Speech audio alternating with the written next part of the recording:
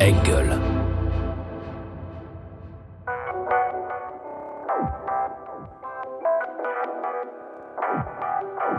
Oh shit, it's time for the featuring podcast, bro.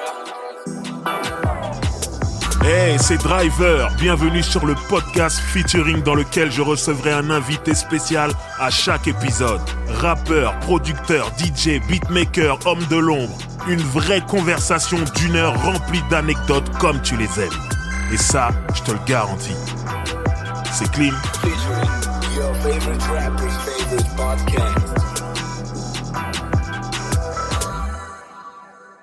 Bienvenue dans Featuring le podcast. Featuring parce qu'on est toujours en featuring avec quelqu'un. Et aujourd'hui, nous sommes en featuring avec Dossé. Dossé, comment vas-tu ? Très très bien, et toi ? Voilà, je vais bien aussi. Content de te recevoir. Ouais, ça fait plaisir. Voilà, tu vas partager ton parcours ici. Ouais, Et enfin. Voilà. Enfin. Je pense que c'est le bon moment. Ouais. Bon, ici, on commence par le commencement. Et le commencement, c'est ta rencontre avec le hip-hop.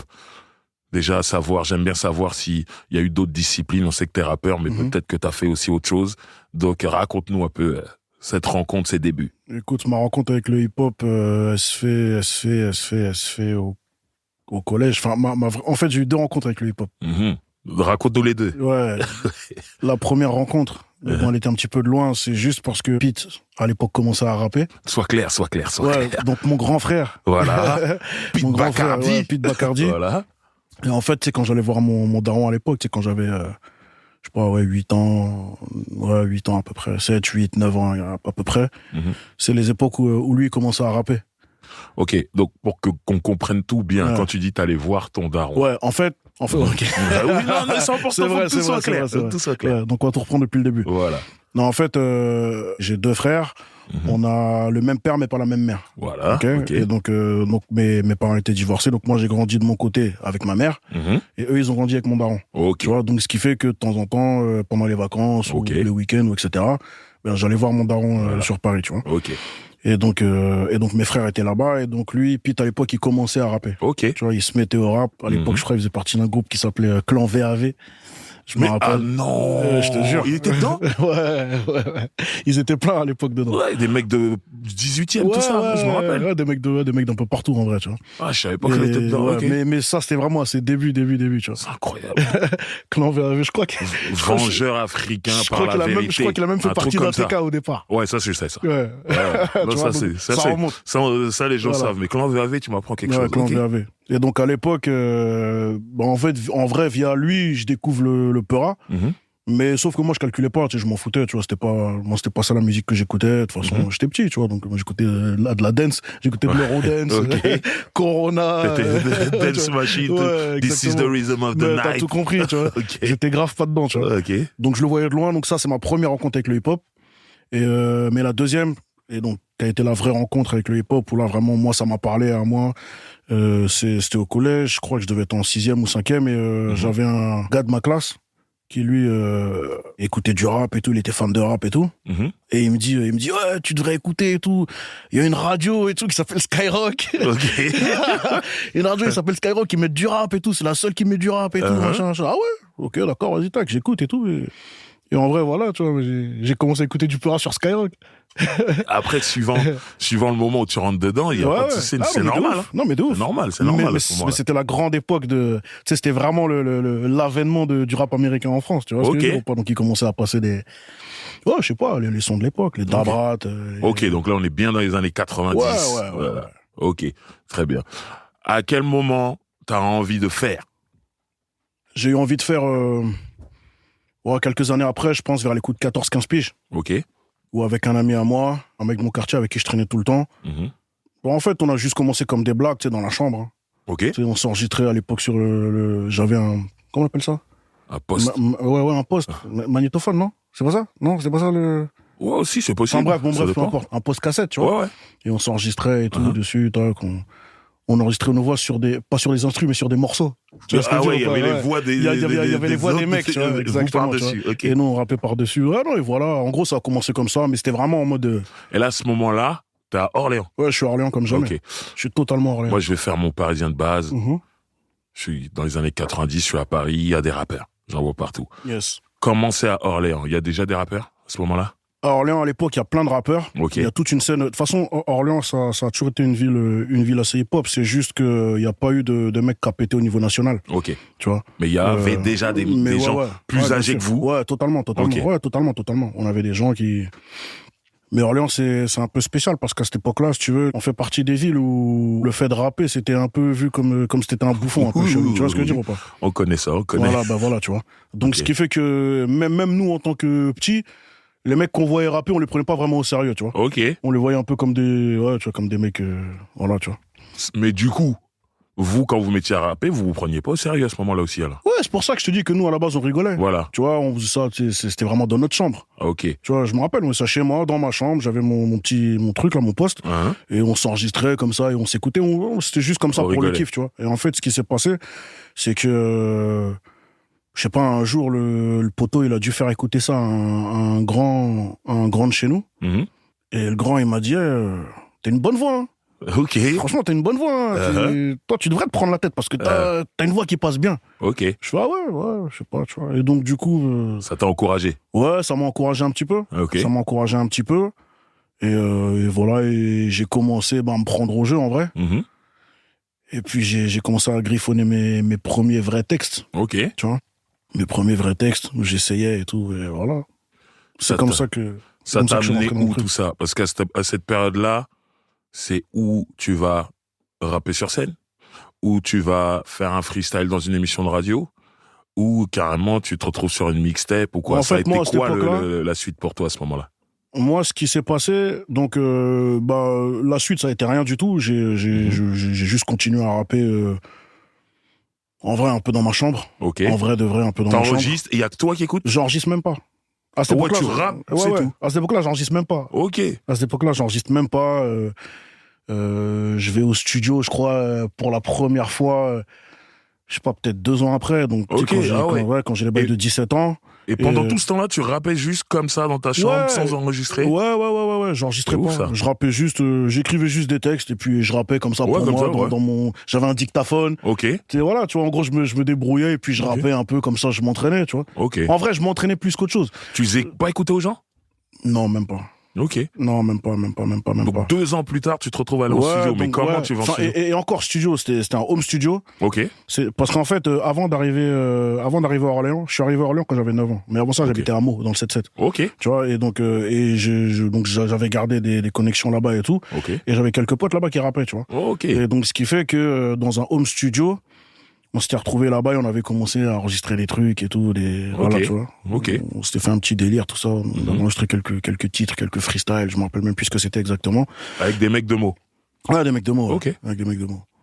Mais c'était vraiment super artisanal. Ouais, je te dis, on était chez un mec, il avait son ordinateur, un petit micro. C'était même pas un micro, c'était les micros d'ordinateur. Je vois. Ok. Donc vraiment artisanal de fou. Mais voilà, en gros, c'est ça mon premier rapport avec le studio, entre guillemets. Ok. Voilà, et Mais ça t'a pas donné envie d'arrêter? Non. Bien au contraire. Non, bien au contraire. En fait, au fur et à mesure, je me prenais au jeu un peu plus. Tu te fixais des objectifs? Même pas, aucun. Ok. Non, j'avais aucun objectif. Ok. Vraiment aucun objectif, pas du tout. T'as vu, vraiment, à cette époque-là, je suis vraiment juste dans le... On va dire c'était un hobby, en vrai. Ok. Tu vois, je kiffais le faire, donc je le faisais. Je me prenais au jeu, parce que j'écrivais des textes. Donc dès lors que tu te prends la tête à écrire, c'est que tu prends le truc un minimum au sérieux. Mais j'avais aucun objectif, je me voyais pas faire carrière ou quoi, je m'imaginais pas du tout faire quoi que ce soit dedans. C'était vraiment comme ça. Ok. Et jusqu'au jour où, quand j'avais donc vers les coups de 17 ans à peu près, mon grand frère, il avait pété. Il avait sorti son premier album et tout. Ok, Pete Bacardi, premier album. Premier album éponyme, justement, Pete Bacardi. Et donc voilà, donc ça avait pété et tout, etc. Et moi, à cette époque-là, je montais de temps en temps voir mes frères sur Paname. Ok. Et donc j'allais chez lui et tout, voilà. Et donc il y avait mes zincs, il y avait lui, il y avait mon autre frère. Et voilà, en gros, on était là, tranquille. Il y avait des potes à lui et tout, tu vois. Ok. Et un jour, on est posé là-bas. Et avec quelques cousins à moi qui eux aussi rappaient. Ok. On se met à freestyler. Tu vois, mais entre nous, comme ça, on met une instru, vas-y, t'as grave, vas-y, à toi, tu vois. On se met à freestyler. Et donc, ce jour-là, il y avait mon frère, justement. Et mon frère, il y avait son ami de longue date, Celsius, qui fait partie de... Jedi. Ouais, exactement, Jedi, et Ghetto Diplomate, famille Haussmann. Voilà. et qui était là aussi d'ailleurs. Et ouais, non, et donc en gros, on s'est mis à rapper, et c'est là qu'ils ont découvert que, attends, mais wesh, mais toi, Donc tu là, rappes, toi? T'es en train de me dire, là, ce freestyle, improvisé en famille, tout ça, Ouais. c'est la première fois que ton frère, Exactement. Pete Bacardi, Première fois. sait que tu rappes, en fait. Il savait même pas que Il je savait rappais. pas du tout. Ouais, il savait pas que je rappais. Ok. En vrai, personne savait. En vrai de vrai, personne savait Personne que ne je rappais. savait. C'est ce jour-là que les gens ont découvert que je rappais. Tu vois. C'est ce Donc jour-là toi, que- attends, j'essaie de me remettre dans le contexte. Ton frère, Ouais. il a sorti un album qui est diffusé en radio tous les jours, Ouais. qui marche. Ouais, à mort. Ça devient une star du rap français. Mhm. Et toi, tu rappes, tu lui dis pas. Mais en fait, tu sais, à cette époque-là, j'étais pas proche de ouf de mes frères. Ok. Tu vois, comme je te dis, on n'a pas, enfin, c'était mes frères. Hein. oui, mais on n'était vous pas, avez pas grandi ouais, ensemble. on n'a pas grandi ensemble, Ouais, donc voilà. on n'était pas proche de ouf, tu vois. C'est Donc vrai. en vrai, moi, toute cette période où il a sorti son album, etc., moi, j'étais de mon côté Orléans, tout simplement, tu vois. Ouais. Et donc on se voyait de temps en temps quand je montais à Paris ou que truc. Mais le rap aurait pu vous rapprocher. Ce que je veux dire, c'est Bah, que c'est ce que ça a fait après. C'est ce que ça a fait après. Ouais, mais c'est ça qui est étrange dans ton histoire, c'est que c'est après. Alors que sur le moment, en vérité, le premier contact Ouais, c'est dans vrai. l'industrie que t'as, c'est Mhm. ton frère Ouais, c'est vrai, c'est vrai. de sang. Ouais, c'est vrai. Et t'y vas pas. Est-ce que Ouais. tu te disais, ouais, je veux pas qu'il pense Non, que je même le pas, gratte ou non, quoi. même pas, aucunement. C'est même pas un truc réfléchi. Ok. Ça s'est juste pas fait. En fait, comme je te, ouais, en fait, Naturellement, naturellement, tu comme je te t'ai dit, on sentais n'était pas proche de ouf. Ok. Donc, ce qui fait que moi, mon premier réflexe, c'est pas de penser à lui. Ok. Tu vois, moi, j'étais dans ma ville avec les mecs de mon quartier, on rappait, on s'amusait, truc. Ok. Et comme je te dis, j'avais pas de. En fait, j'entrevoyais rien de spécial. Ouais. Je rappelais T'avais juste comme pas ça. de but, Donc, ce qui fait que j'avais pas de but. Tu vois, Ok. je m'en foutais un peu, j'avais pas de but spécial dans ça. Ouais. Ok. Donc, j'étais pas dans une démarche où, ah ouais, bah attends, vas-y, bah comme lui, il est dedans, je vais essayer de voir, peut-être il y a moyen de trucs. Ouais, tu vois. ouais. J'étais pas dans ça du tout, tu vois. Ok. Et comme je te dis, ce freestyle-là, entre cousins, c'était un freestyle vraiment, on s'amuse. Comme ça, pour tu s'amuser, vois. ouais. Et il se trouve qu'ils étaient là, Ok. tu vois. C'est-à-dire que. Donc, qu'est-ce qu'ils disent à ce moment-là? Non, et Quand bah, ils t'entendent rapper pour la première fois? Ouais, ils sont un peu choqués, tu vois. Ils disent, mais attends, mais. mais il rappe, lui, c'est quoi? Mais Ok. chacun, quel bail, c'est comment? Depuis quand tu rappes, toi, tu vois? C'est ça. Je sais pas, je dis, bah, ouais, moi je rappe et tout, machin, tu vois. En gros, c'est ça. Non, en gros, ils étaient Ok. choqués. Ils étaient choqués. Ils se disent, mais wesh, mais tu rappes de fou, Ça t'es te un fou, fait toi. quelque chose personnellement quand tu vois que, entre guillemets, ils valident comme. Ouais, bien Tu vois. sûr, bien sûr. Bah, ça me fait plaisir, forcément. Ça me Que ce fait soit plaisir. Pete ou Celsius, ils sont dans le milieu, Totalement, et, tu totalement. vois, ils Ouais. maîtrisent leur truc et en gros, ils te font comprendre, c'est bien ce que tu fais. Ouais, non, ça me fait totalement plaisir. Donc, À donc je suis quel flatté. moment tu prends le truc au sérieux? Tu te dis, là, vraiment, j'y vais. Environ un an après, Ok. il fait une mixtape qui s'appelle la Pitomac Mixtape. Mhm. C'était un peu sa mixtape de retour et tout à l'époque. Ouais. Après son deuxième album, voilà, il y avait, je crois, peut-être 2 ans à peu près Mhm. où c'était un petit peu calme et tout. Et donc, pour son retour, il avait fait une mixtape mixée par Lordissa, je crois, si j'ai pas de conneries. C'est là-dessus qu'il a bossé avec Spike Miller, non? Il me semble. Non, c'est après. Celle d'après? Ouais, c'est Ok. après, c'est après. C'est après. C'est bien après même. Ok. Donc voilà, il fait cette mixtape et dedans, il veut faire le remix d'un morceau qu'il a fait avec Mac Taylor et Lino, Le Bal des Meurtriers. Oui, je me Voilà. rappelle très Et moi, je bien kiffais ce à mort morceau. ce morceau. Bah ouais. Il va faire le remix et donc je dis, laisse-moi poser un couplet dessus. Tu vois? Ah, c'est toi qui demandes. Ouais, je Ok. dis, laisse-moi, parce que le morceau, je le kiffais grave. Tu l'as saigné. Enfin, je le kiffe grave. Tu vois, le morceau, c'est une dinguerie. Le morceau, la prod, elle est folle. Uh-huh. Le morceau, il est fou. Tout est fou. Mais je constate que t'as pas peur. Non, j'avais pas peur. C'est ça le truc. J'avais la dalle. Parce que le morceau, il est très bien comme ça, Ouais. toi, tu veux monter dessus. Ouais, Ok. non, je me sentais trop hoche. Ok. Et donc, ouais, en gros, il m'a laissé poser mon couplet dessus. Mhm. Et le résultat était bien, donc La garder. ouais, donc c'est sorti comme ça. Donc là, c'est la première fois que tu te retrouves sur un projet. C'est la première fois que je me retrouve sur un projet. C'est même la première fois que je me retrouve dans un studio professionnel. Ouais. Tu vois. Mhm. Et voilà. Et c'est la première voix que j'ai posée quelque part. Ok. Et là, à ce moment-là, tu te dis, ok, je veux faire ça. Je sais même pas si c'est à ce moment-là que Ok. je me le dis. En fait, moi, c'est venu un peu progressivement la réelle implication. Ok. À ce moment-là, je me dis juste que c'est lourd. Mhm. Ok, ça tue, je suis grave content. Mhm. Surtout qu'à l'époque, tu sais, c'est pas comme maintenant. Si tu veux, à l'époque, c'était rien qu'aller au studio, Mhm. c'était pas donné à tout le monde. C'est clair. Tu vois, aujourd'hui, tu vas en Il y a des studio, tu studios tournes un partout. clip, voilà, il y a des Aujourd'hui, studios partout, il y a des partout. clippers partout. C'est vrai. En gros, C'est aujourd'hui, c'est facile de faire de la musique. Mhm. Tu vois, donc il y a plus. Avant, il y avait un côté sacré un peu. Ouais, c'est vrai. Ah, t'es parti au studio. Ouais. Ouah, t'as fait un clip. Ouais. Tu vois. Donc voilà, donc non, j'étais content. J'étais Ok. content parce que je me dis putain, c'est une dinguerie et tout. Ah ouais, ça et tout. Voilà, tac, j'ai représenté bien. Donc je suis content, tu vois. Ok. Mais c'est pas encore à ce moment-là que je me dis quoi que ce soit d'autre. Ok. T'es sur un projet, c'est le projet de ton frère, c'est cool, mais Ouais. tranquille, tu rappes toujours Voilà. légèrement, entre guillemets. Ouais, c'est ça entre guillemets. Ouais.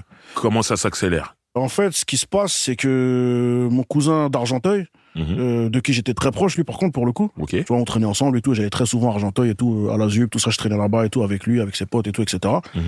Et lui, Narbé, bon, il rappait fut un temps, mais bon, il a rappé vite fait, tu vois. Mais c'est lui qui me disait, gros, tu devrais t'y mettre plus sérieusement.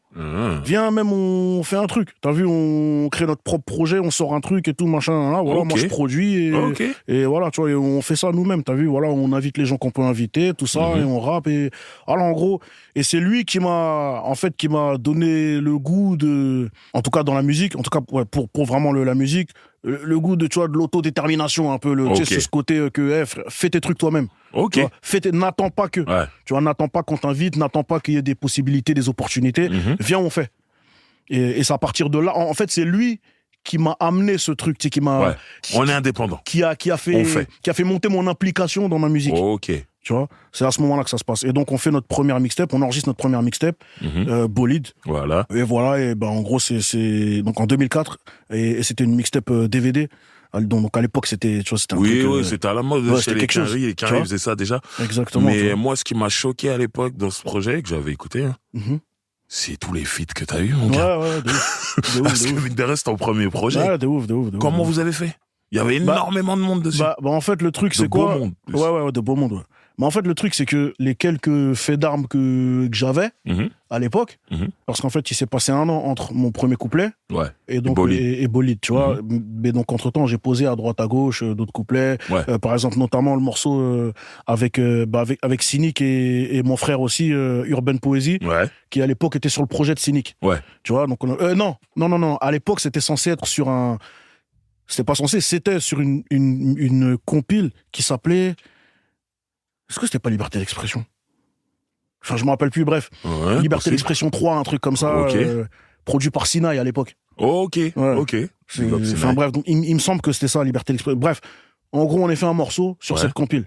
Et qu'au final, Cynic a repris pour mettre sur son projet à lui, en attendant l'album. Exactement, tu vois. Et ce morceau, il avait tourné, tu vois. Ce morceau, De toute façon, cette tape de Cynic, elle avait tourné de malade. Ouais, de ouf. Donc, du coup, toi, ton nom, il tourne encore plus. T'as compris. Donc, ce qui fait que, monte.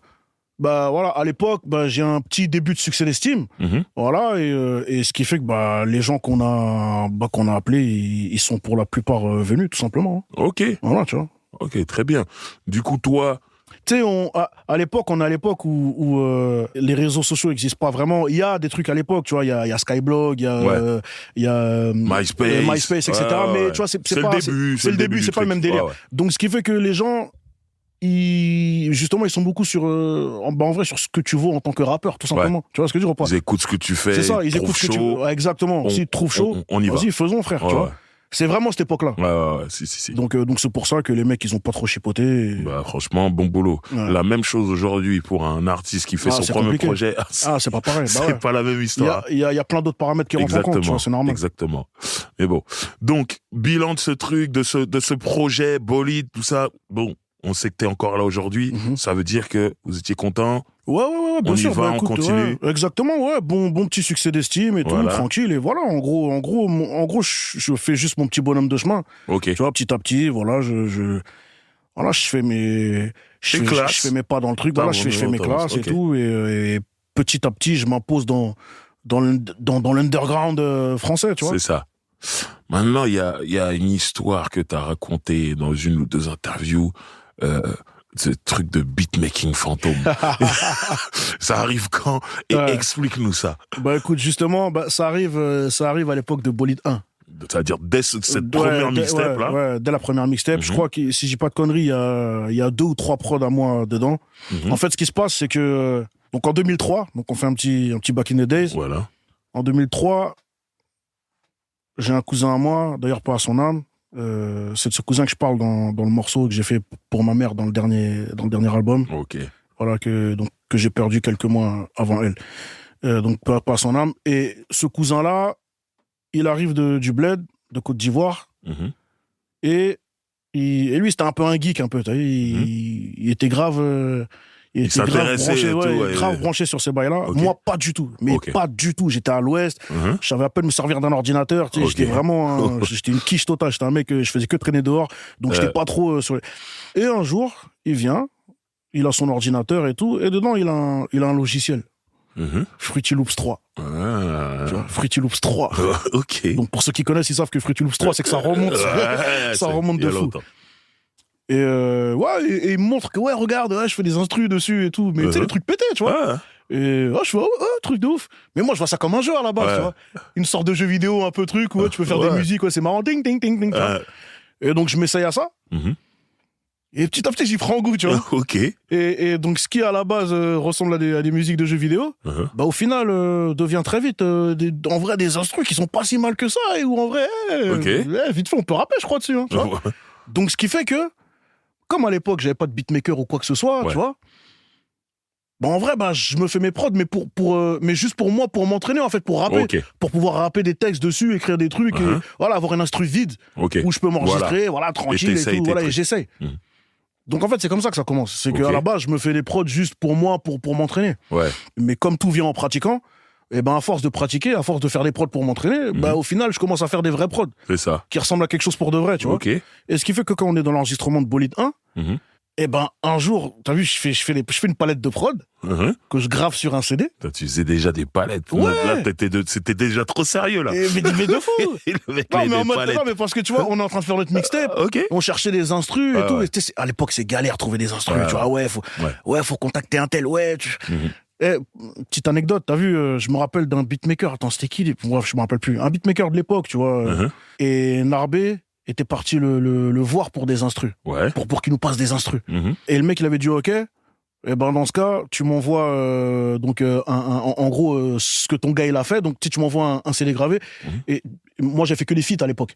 Donc tu m'envoies un CD gravé et tu me dis à quelle minute il rappe. T'as capté ou pas? Tu me dis à quelle minute. C'était un autre délire, gros. Tu vois? Donc on allait démarcher les mecs comme ça. Donc tu sais, Narbil allait démarcher les gens et tout machin. C'est Mozin qui rappe là à 1 minute 37. C'est lui de 1 minute 37 à 56. C'est lui qui rappe. Écoute et tout. Et... ça va pas mal, ça va, il se débrouille et tout machin. Tu vois? C'est comme ça qu'on ratait les prods à l'époque. Bref, c'était une galère. Et donc on recherche des prods. Et donc du coup, moi, en catimini, t'as capté, je grave quelques prods à moi. Et je fais écouter un Narbé. Mais comme, en fait, je sais pas si j'étais pété ou pas. Parce que j'avais jamais fait écouter à quelqu'un d'autre. Donc, ce qui fait que j'annonce pas que c'est moi. Je dis, j'ai un CD de prod d'un gars de chez moi. Écoute, dis-moi ce que t'en penses. T'as capté ou pas? Comme ça, s'il me dit c'est pourri, je m'en bats les couilles. T'as vu, ni vu, ni connu. On sait pas que c'est toi. On sait pas que c'est moi et je rentre comme je suis venu, tu vois. Et donc, je mets le CD et tout. Et il dit, bien et tout. Il y a des prods pas mal et tout, machin. Tu vois, lourd. Donc vas-y, du coup, on sélectionne quelques prods. Donc du coup, il y a, je pense 3 morceaux qui sont faits dessus.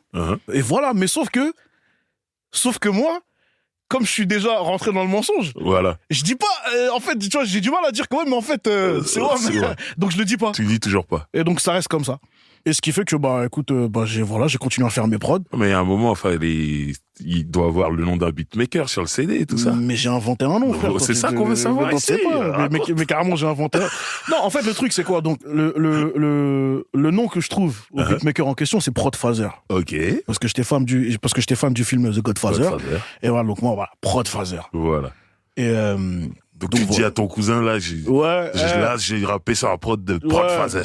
J'ai un gars chez moi, gros, il est chaud. Prodphaser, il fait des prods de baiser, Théma, tac. Tu vois, donc tout le temps, je ramène des prods. C'est les prods de WAM, et tu vois, nouvelle palette de Prodphaser, truc, tu vois. Donc voilà, moi, je fais mes morceaux dessus, tranquille. Donc t'as vu, entre-temps, voilà, j'ai posé sur d'autres trucs, certaines fois, c'était sur mes prods.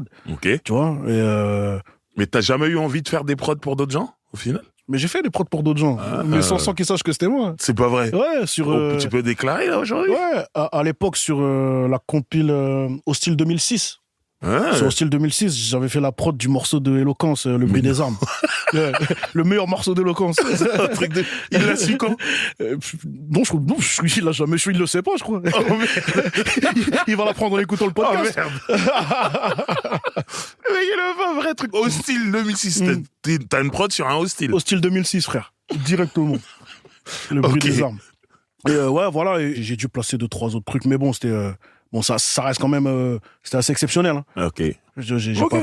Mais ouais, si. À un moment donné, pour te dire, j'ai une petite anecdote même. À l'époque, j'avais envoyé des potes, via Narbé, qui était en contact avec l'équipe de Sefiu. J'avais envoyé des prods, dont une précisément, à Narbé pour Sefiu. une prod sale, j'étais très fier de cette prod. Ok. Et une prod dessus, il y avait des voix, il y avait des hey, hey, Ok. hey. Prod sale de fou, tu vois. J'envoie la prod et tout. Et Narbé me rappelle, il me dit, ils ont grave kiffé la prod, ouais, normalement ils vont la prendre et tout, machin. Ok, lourd. Donc on est saucé, tout ça et tout, je suis content. Bon, au final, le temps passe, pas vraiment de nouvelles. Ouais, c'est comment la prod et tout? Ouais, je sais pas de nouvelles et tout, bref. Au final, le nouveau single de Sefiu sort, de l'époque. Molotov 4. Molotov 4. Et j'entends une prod avec des hey! Et c'est pas ta mais prod. c'est pas ma prod. Voilà. Je fais ah les bâtards. Il était très lourd ce morceau. Ouais, il était lourd. Mais donc voilà, bah écoute, je suppose que voilà. Là, que... si on te donne Fruity Loops, tu pourrais faire quelque chose aujourd'hui en 2022, 2023. Ouais, 2023. Là, aujourd'hui, il faudrait que je me réentraîne un petit peu quand même, tu vois, parce que bah entre temps, t'as vu, il y a peut-être 10 qui sont sortis les Fruity Loops. Ok. Ouais, tu vois, donc voilà, mais le principe, enfin j'ai vu que le principe il est resté le même. Ok.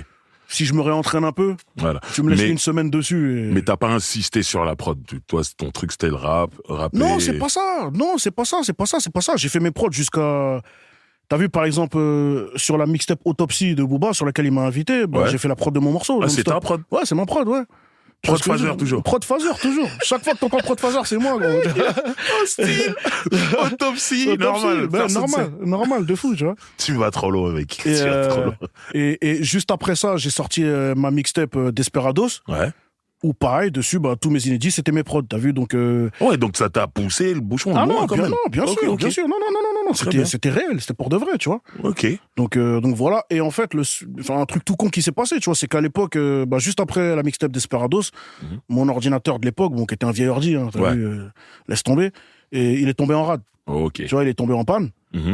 Et vas-y, à l'époque, j'avais pas spécialement d'argent pour m'acheter un autre ordi. Ouais. Enfin, en gros, j'ai un peu laissé le truc s'endormir. C'est ça. Le temps est passé, au final, j'en ai plus fait. Ouais, tout simplement. Ok. Tu vois, et bah voilà. C'est fou. Très bien. Il y a eu une période où moi, je te suivais de loin, je regardais et tout, et je te sentais proche de toute l'équipe Ghetto Star, l'équipe qui était autour d'Arsenic, tout ça. Tu peux me parler de cette période-là et c'était quoi le rapprochement, c'était quoi la connexion? Bah écoute, c'est simple, la connexion elle s'est faite pendant l'enregistrement de Bolide 1, justement. Ok. Tu vois, donc toute l'équipe Ghetto Star, bah voilà, en gros c'est les petits frères d'Arsenic, tu vois. Donc Commando Tox, tu vois, Ville et le Bel, tout ça, donc Tequila, Bex. Et ouais, en effet, à l'époque où j'ai enregistré Bolide, on s'est connectés. Okay. On s'est connectés, on s'est bien entendu, on est devenus potes, et donc ce qui fait qu'en effet à cette époque-là on roulait beaucoup ensemble et tout, et d'ailleurs ils ont posé sur Bolide, etc. Moi aussi je posais sur leur mixtape de l'époque, enfin voilà, tu sais, on était bons potes, tout simplement. Je vous voyais donc souvent ensemble. Ouais. À quel moment, comment tu vas vers Bolide Volume 2? Donc Bolide Volume 2, donc faut savoir, donc le 1 il est sorti en 2004 et le 2 il est sorti en 2008. Il y a énormément de... Ouais. Qu'est-ce qui s'est passé pendant 4 ans? Bon, déjà, faut se dire qu'à l'époque, c'était tout à fait normal. Oui, c'est pas comme aujourd'hui, tu sors 4 albums par an. Exactement, truc, machin. Mais quand même, 4 ans, c'est beaucoup. Non, c'est vrai que c'est beaucoup. Mais non, mais en fait, durant ces années, moi, j'ai posé plein de petits couplets à droite à gauche. Voilà, j'ai fait des feats, j'ai posé sur des mixtapes, sur des compiles, sur toutes sortes de projets divers et variés, tu vois. Ok. Et donc c'est tout. Et c'est juste que. Mais t'as vu, comme je te dis, moi de base, j'étais pas spécialement impliqué. Ouais. Donc c'est Narbé qui m'a impliqué dans Bolide 1 et c'est Narbé aussi qui m'a poussé pour le 2. C'est lui qui décide, qui dit il faut y aller. Tu vois, moi si c'était que moi. Tu fais des feats. Ouais, tu sais, tranquille. En gros, moi je me laissais un petit peu, tu vois, voilà, tranquille. J'étais là au calme. Je me laissais bercer par le courant et tranquille. T'as vu. Mais c'est l'impression. Depuis tout à l'heure on parle, c'est l'impression que tu me donnes en fait. Ouais. De jamais avoir vraiment démarré. Ouais, bah en tout cas à cette époque-là. Ça va arriver plus tard. Ouais, ça va arriver plus tard. À cette époque-là, justement, en effet, voilà, tranquille. En fait, si tu veux, je sais pas comment t'expliquer, en fait, je crois que je me rends pas vraiment compte. C'est l'impression que tu me donnes. Tu vois. Parce que moi, je me mets à ta place. Les featuring que t'as sur ton premier projet, moi, je suis à 100 à l'heure. Ouais. Ça veut dire là, venez, on fait plein de trucs. Ouais. Mais toi, j'ai l'impression que tu laisses 4 ans passer entre le volume 1, volume 2, tout. J'étais tu fais content des et tout, feats avec des têtes déjà, tout. Ce que t'as fait pendant les 4 ans, c'est pas avec des inconnus. Bien sûr. Et quand même, je trouve que tu mets du temps à arriver jusqu'au deuxième projet, tu vois. Ouais, non, de fou. Je te dis, c'est... Tu te rends pas compte. On en revient un peu au manque d'implication que j'avais avant Bolide 1. Ok. Tu vois, Ouais, je suis en pilote automatique. Ouais, tranquille, en fait. Ouais, je fais des petits feats et tout. Je fais ce que j'ai à faire, mais tranquille. Toujours pas d'objectif à ce moment-là? Pas vraiment. J'en ai, mais tu sais, en fait, j'estime qu'on peut considérer que tu as des objectifs dès lors que tu mets tout en œuvre pour les atteindre. C'est pour ça que je te pose. Donc si je le faisais pas, donc en fait, si tu me posais la question à l'époque, je t'aurais dit ouais, j'ai des objectifs. Je t'aurais dit oui, je veux, j'aimerais. Ouais. Mais là, avec du recul aujourd'hui, t'étais en dilettante en vrai. Ouais, j'étais en dilettante de ouf. Ok. Tu vois. Donc oui, j'avais des objectifs, mais comme n'importe qui te dit ouais, j'aimerais être riche. Ouais. Tu vois, voilà, j'avais des objectifs. Mais voilà. Et donc c'est Narbé encore une fois qui. Il lance le volume 2. Allez, on y va. Ouais. Et donc le volume 2, cette fois-ci beaucoup plus pro, beaucoup plus carré, beaucoup plus lourd, beaucoup plus tout ce que tu veux, tu vois. Ouais. Même en termes de nom et tout, etc. Sur le volume 1, il y avait des freestyles sur des phases B et tout, etc. Là, le 2, c'est une vraie compilation, tu vois. C'est une compilation, il y avait que des inédits et tout, donc on a des prods de mecs, et en plus de mecs sérieux, tu vois. Ouais, voilà. Et vraiment, t'as vu, c'est Narbé qui s'est battu, tu vois. C'est Narbé qui allait démarcher les mecs, qui allait démarcher les rappeurs, tout, tu vois. Il était connecté, t'as vu. Ouais. Mais lui, il habite à Orléans aussi? Non, c'est un mec d'Argenteuil, Narbé. Ah ouais, tu m'as dit Argenteuil. Argenteuil. Ok. Donc, du coup, t'avais quelqu'un en région parisienne et ça, c'était important. Voilà. Ok. Tu vois, et à l'époque, comme il faisait beaucoup de choses, donc il connaissait un peu des têtes, et à gauche, à droite, il va, et d'une tête, t'arrives à une autre, et ainsi de suite, tu vois. Donc, au final, il arrive à alpaguer les gens et tout, et donc on arrive à avoir des rappeurs. Donc, il y avait, à l'époque, il y avait eu Rimka, il y avait eu, il y avait eu Despo, il y avait eu, et j'en passe, il y a eu beaucoup de monde à l'époque. Toi, à Orléans, rappeur en devenir en vrai. Là, on parle de ton deuxième projet. Quand il te ramène tous ces noms, dans quel état d'esprit t'es? Comment t'es... Non, j'ai toujours du mal à comprendre comment t'es tranquille. Je suis chaud, je suis content. Non, je suis pas tranquille non plus. Non, je kiffe. Je kiffe parce que en vrai, c'est des blagues qu'on aime. C'est ça, c'est des gens qui t'écoutent. C'est les mecs qu'on écoute, nous, t'as vu? Donc on se dit, ce serait bien d'avoir lui. Ouais. Donc il me dit ok vas-y je connais un tel, oui je vais essayer de trucs et tout machin. En plus l'autre on s'est croisé l'autre jour, tac. Il te le ramène. Voilà, tu vois ce que je veux dire. C'est ouf. Non, c'est totalement ouf. Okay. C'est totalement ouf. Donc donc on arrive à avoir les qu'on veut. Bilan du volume 2 par rapport au volume 1. Comment vous vous sentez? C'est mieux? Vous avez franchi un cap? Ouais, bien sûr. Forcément, en termes de... Mais là, on est toujours que dans le succès d'estime. Hein. Bien sûr, non. À cette époque-là, on parle pas de vente. On parle pas de disque d'or, machin, vous êtes indé, machin. À cette époque-là, on est vraiment pas dans cette Il faut faire grossir le nom, surtout. C'est exactement ça. Et moi, c'est ça que je veux savoir. Est-ce que ton nom est plus gros? Bien sûr. Ok. Bien sûr.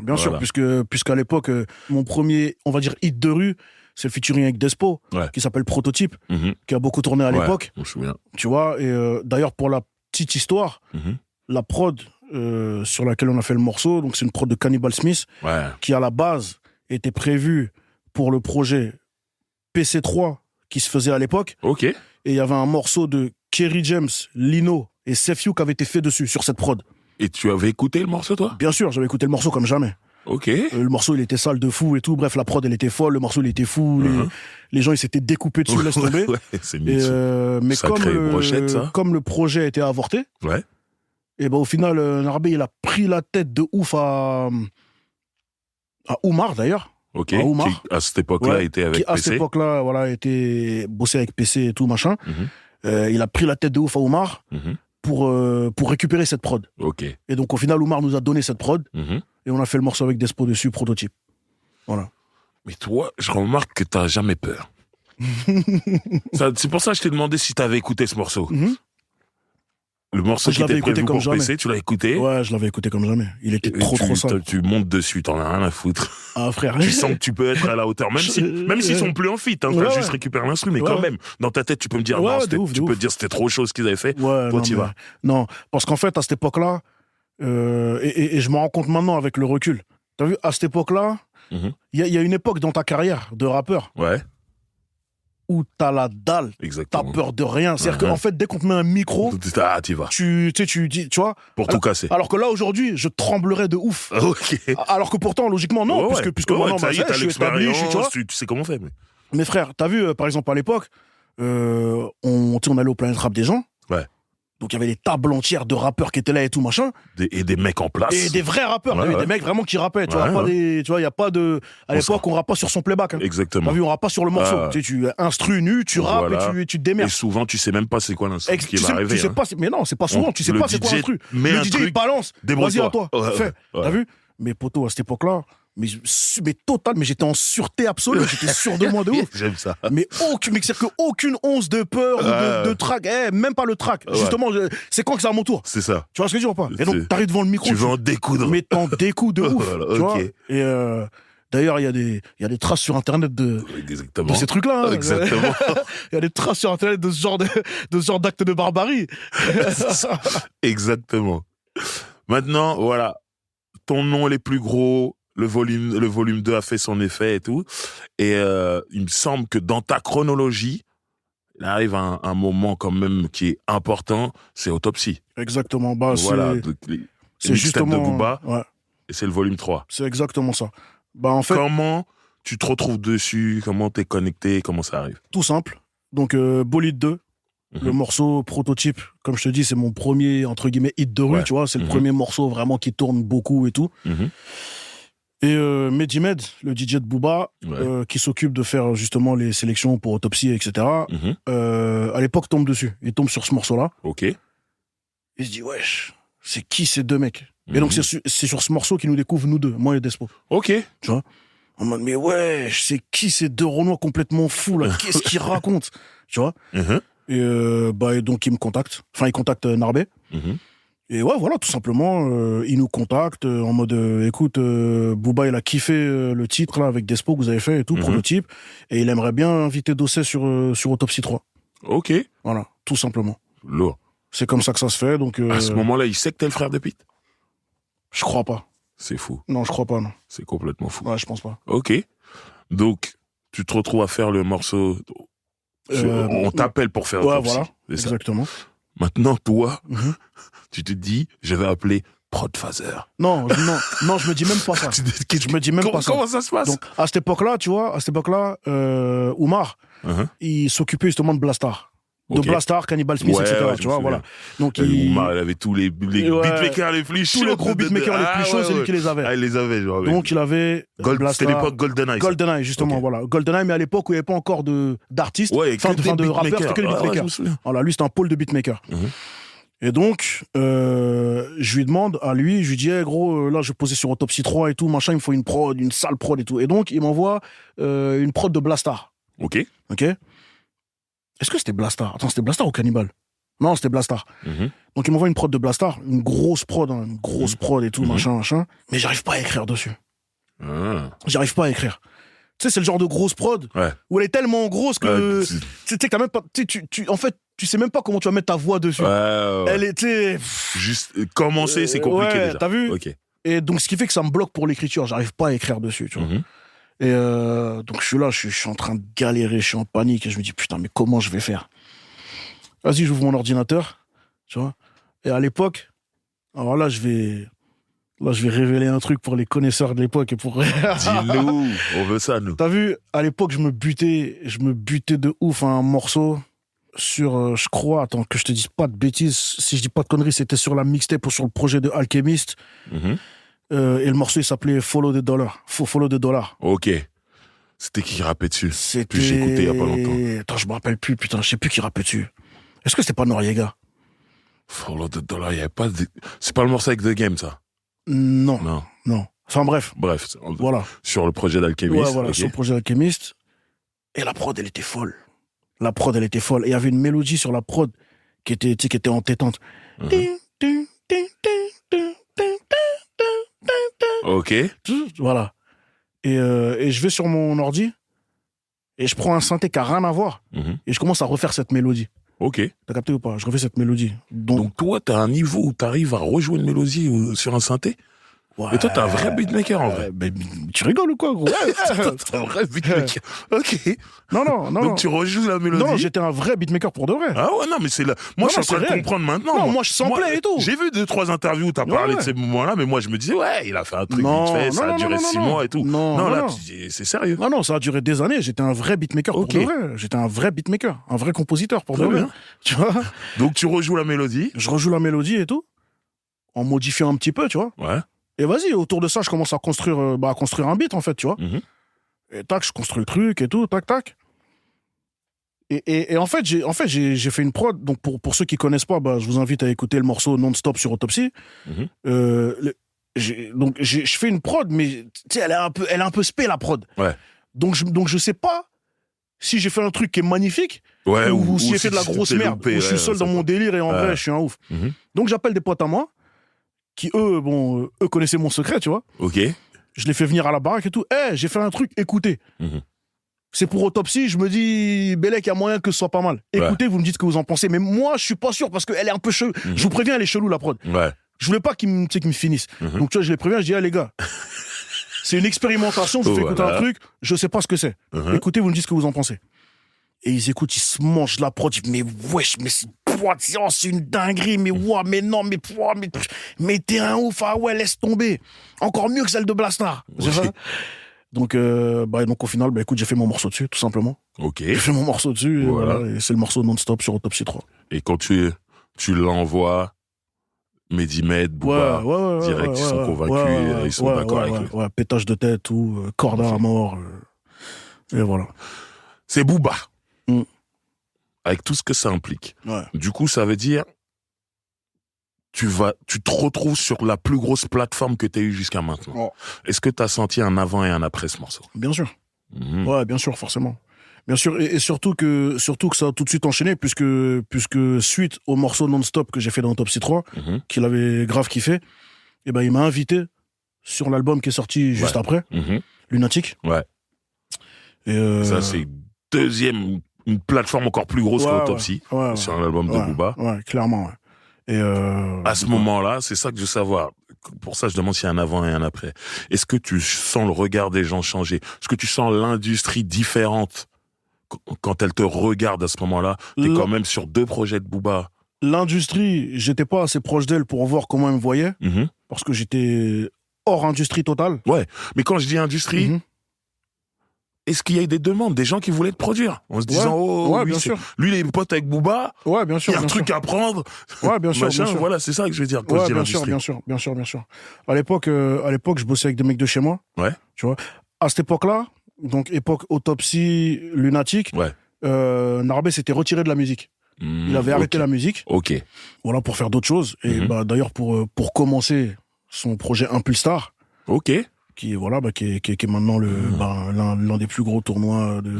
Ok. Voilà. Et donc à l'époque, c'est lui qui est derrière ça.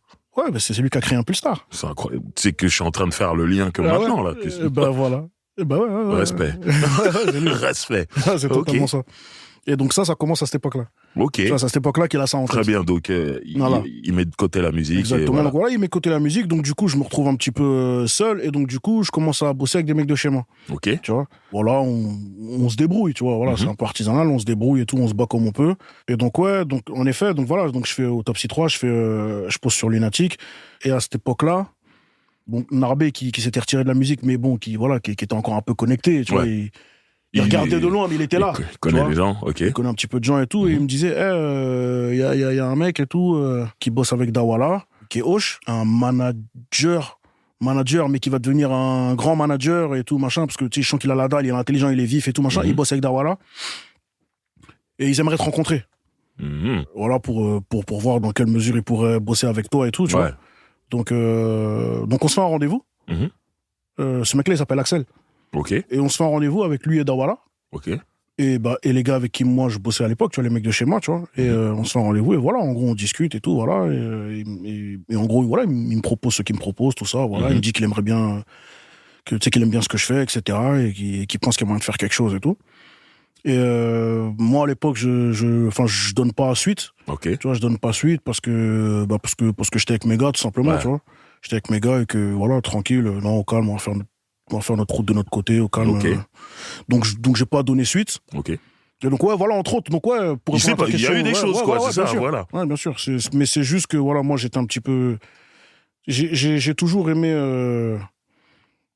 Ouais, être de mon côté, tout simplement. Ouais. Tu vois, être de Travailler mon côté. en famille. Il y a des gens, tranquille. les gens que tu connais autour de toi. Ouais, Et voilà. tout simplement. Très bien. Et c'est ça qui va t'amener vers les mixtapes, Desperados, Ouais. Summer Crack. Ouais. Donc, je fais Desperados après Lunatic. Voilà. Est-ce que, j'ai besoin de savoir, ça c'est pour moi, Ouais. parce qu'il y a des gens qui pensent comme ça ou pas, et d'autres pas. Est-ce que, quand tu fais justement les 2 morceaux sur les projets de Booba, Autopsie et Lunatic, tu dis bon, il va se passer quelque chose, faut que j'ai un projet qui soit prêt rapidement derrière, Ouais. ou en fait tu le fais tranquille après Non, je me dis qu'il va se passer quelque chose et qu'il faut que j'ai un projet qui soit prêt derrière, mais sauf que j'ai pas de projet qui était prêt derrière. Ok. Tout simplement. T'es encore en dilettante. Ouais, je suis encore un peu en dilettante, tu vois ce que je veux dire. Voilà. Tu sais, Mais gars, t'es sûr Booba, 2 morceaux de Booba, tu sais, j'ai mis longtemps à me professionnaliser, dans le vrai sens du terme. Ok. Tu vois, j'ai mis longtemps à vraiment adopter les bons réflexes. Ouais. T'as capté? J'étais un peu en dilettante. Ok. Même là, j'étais en dilettante. Tu vois? Ok. Je m'en rendais pas compte. Là, je te parle avec le recul. Ouais, non, mais Tu c'est vois ça. Tu sais, en discutant avec toi, moi, c'est ce que je ressens, en fait. Ouais. Donc, Mais j'étais en dilettante, ouais. Ouais. Donc j'ai pas de projet qui était prêt derrière. Donc ce qui fait que quand je fais Desperados, c'est un peu de temps après, tu vois. C'est une pige après facile. La sauce, elle est un peu redescendue et tout, etc., tu vois. Mais après, tranquille, tu vois. Moi, je fais mon truc, dans tous les cas, je sors mon projet, Desperados et tout, etc. Et, il y a Mehdi-Med dessus. Exactement, voilà. C'est Mehdi-Med qui mixe. Moi, justement, je suis en train de me voir un rapprochement. Moi, de loin, je me dis, Booba et Dossé vont bosser ensemble. Tu vois, je vois. Ouais. Non, même pas. En fait, même pas. Au final, non, mais ouais. de loin, à ce moment-là, Ouais. moi, c'est ce que je me dis. Ouais, non, Entre même pas. Autopsie, Lunatic, et là, je vois Desperados, il y a Mehdi-Med, tout ça, je me dis, Et sur Summer Crack, plus tard, je vois Jay. Ouais, Jay, ouais. En featuring, qui fait partie de l'équipe, exactement, tout ça. Ouais. Donc, je me dis, il va se passer quelque chose. Ouais, mais en fait, non. En fait, non. Non, même pas. Tu produis toi-même Desperados? Ouais. Ok. On produit Desperados. On produit Desperados et tout, voilà. On fait les morceaux, on clip quelques-uns, ouais. Et voilà, le projet sort, tu vois. Le projet sort. Donc pareil, encore une fois, bah écoute, on continue un peu plus dans le succès d'estime, etc. Voilà. Il y a des morceaux qui ressortent comme Mille et une questions, par exemple, etc. Voilà. Que beaucoup de gens, enfin en tout cas parmi les gens qui m'écoutent, en tout cas, beaucoup le considèrent comme un de mes classiques ou comme mon premier classique, etc. Ouais. Donc voilà, ça fait son petit chemin. Ok. Et voilà. Ensuite arrive une période où les mecs avec qui je bosse justement à l'époque, au final ils me lâchent en vrai. Ouais. Ah ouais. Ouais. En fait, il y avait un des gars avec qui je bossais qui lui il part en prison.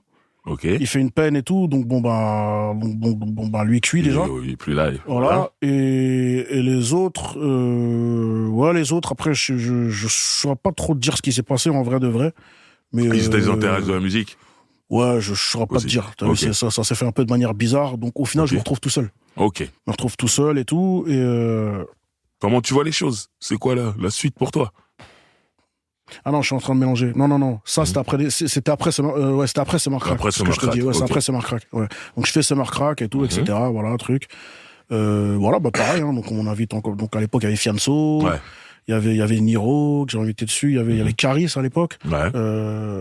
Il y avait, je sais pas, il y avait Jay, il y avait, il y avait quelques têtes aussi. Du beau monde, toujours du beau monde. Du beau monde. T'arrives toujours à. Ouais. Et donc voilà, je sors Summer Crack, le 1, et puis je sors le 2. En gros, j'essaie de me faire exister par moi-même, tout simplement, tu vois. La vague, Autopsie, Booba, etc., elle est un peu passée. Elle est retombée. Donc, ce qui fait que, voilà, il faut que j'existe, voilà, je me fais exister par moi-même. Tu vois, et comme je te dis, voilà, donc je bosse plus avec Narbé. Enfin, donc, ce qui fait que là, pour le coup, je commence vraiment à, comment on dit, manger le pain noir. Ouais. Voilà, tu vois, je commence vraiment à mettre, moi, les mains dans le cambouis. Tu vois, moi, j'étais pas au courant de cette période-là, que tu t'es retrouvé tout seul et tout. Et moi, ce que j'allais te dire, c'est que pour moi, après Summer Crack, ce que je pense de toi à ce moment-là, je me dis, putain, ce mec-là, c'est un éternel rookie, en fait. Ouais. J'ai l'impression que tu vas jamais péter le plafond de verre et tout. Ça fait un moment, je me dis, putain, il est fort. Ouais. Mais là, t'as 4 projets. Ouais, de ouf. Je t'ai retrouvé sur des trucs Booba. et je me dis, ça a toujours pas pété. Ouais, et je me dis, il va rester rookie. Ouais. Et là, en fait, t'es en train de m'expliquer que c'est une période qui était un peu tendue, où en fait, tu te retrouves tout seul. Ouais. Et je comprends mieux, en fait. Ouais, c'est ça. Ok. C'est exactement ça, tu vois. Donc, donc il a fallu faire des réajustements. Voilà. Et en vrai, c'est là que j'ai appris. Mhm. J'ai appris le travail. Tu te professionnalises C'est vraiment à ce ça. moment-là, en fait. C'est exactement ça. Et donc, c'est là, du coup, que se développe, mais cette fois-ci de moi-même, Mhm. mon implication Voilà, c'est pour là. ma carrière. Ok. Tu vois ce que je veux dire? Tu te rends compte aujourd'hui que ça arrive tard? Ouais, bien sûr. Voilà. Bien sûr, je me rends compte. Là, je te parle avec tout le recul qu'il faut. Ouais. Tu vois? Donc, bien sûr. Bien Mais sûr. bon, comme on dit, il n'est jamais trop tard. Ouais, bien il sûr. est toujours assez tôt. Donc, Bien du sûr. coup, tu te professionnalises, Ouais. tu te prends la tête, tu t'impliques. C'est ça, je m'implique. Et donc, voilà, donc je sors Summer Crack 1, Summer Crack 2. Mhm. Après ça, je sors une petite série de freestyle Ouais. qui, à l'époque, fonctionne bien et participe à me remettre un petit peu dans le... Parce qu'en fait, t'as vu, il y a clairement une période Mhm. où, pour la plupart des gens, j'étais mort. C'est ça. Clair, mort. C'est ça, c'est ça. Tu vois? C'est-à-dire que même, en fait, pire que Eternal Rookie, Ouais. c'est que, ouais, non, en vrai, lui, c'est cuit. C'est fini. Ouais, en Ok. vrai, lui, c'est cuit, c'est mort. Moi, T'as je vu, suis un gentil, moi. Ouais, Moi, j'ai vu le truc, je dis voilà, non, tu vois. éteindre le rookie. Ouais, non, les gens disent il est cuit. mort. Ouais, non, Ok. cuit. Ok. Tu vois, cuit. Mhm. Et donc, je fais une série de freestyle qui me remet un petit peu dans le... Voilà, tu sais, en gros, qui remet un petit peu quelques projecteurs sur moi et tout. Mais ouais, mais c'est vrai qu'il est chaud, lui. Oh, on était ouf, on l'avait tu vois. oublié. On l'avait oublié, mais on était ouf, il est chaud, lui. Et c'est là que je rentre dans la production de ce qui, à la base, devait être une série, Ok. mais qui est devenu un film, Mhm. Karma. Karma. Voilà, donc... Et en fait, à la base, donc t'as vu, c'est dans la continuité de cette série de freestyle, Ouais. je voulais faire une série. Mhm. Donc ça allait être ma manière à moi en gros de revenir. T'as Ouais. vu, voilà, série de freestyle et une série scénarisée et tout. T'es machin, différent, tu Voilà. fais pas les choses comme les T'as autres. compris. On nous regarde, on fait. Et c'est juste qu'en fait, en faisant le truc, au final, on s'est dit que ouais, non, en vrai, tac, tac, tu coupes là, tu fais ça, en vrai, t'en fais un film. C'est un film. Voilà. Donc j'en ai fait un film. Mhm. J'ai fait la bande originale. Mhm. Voilà.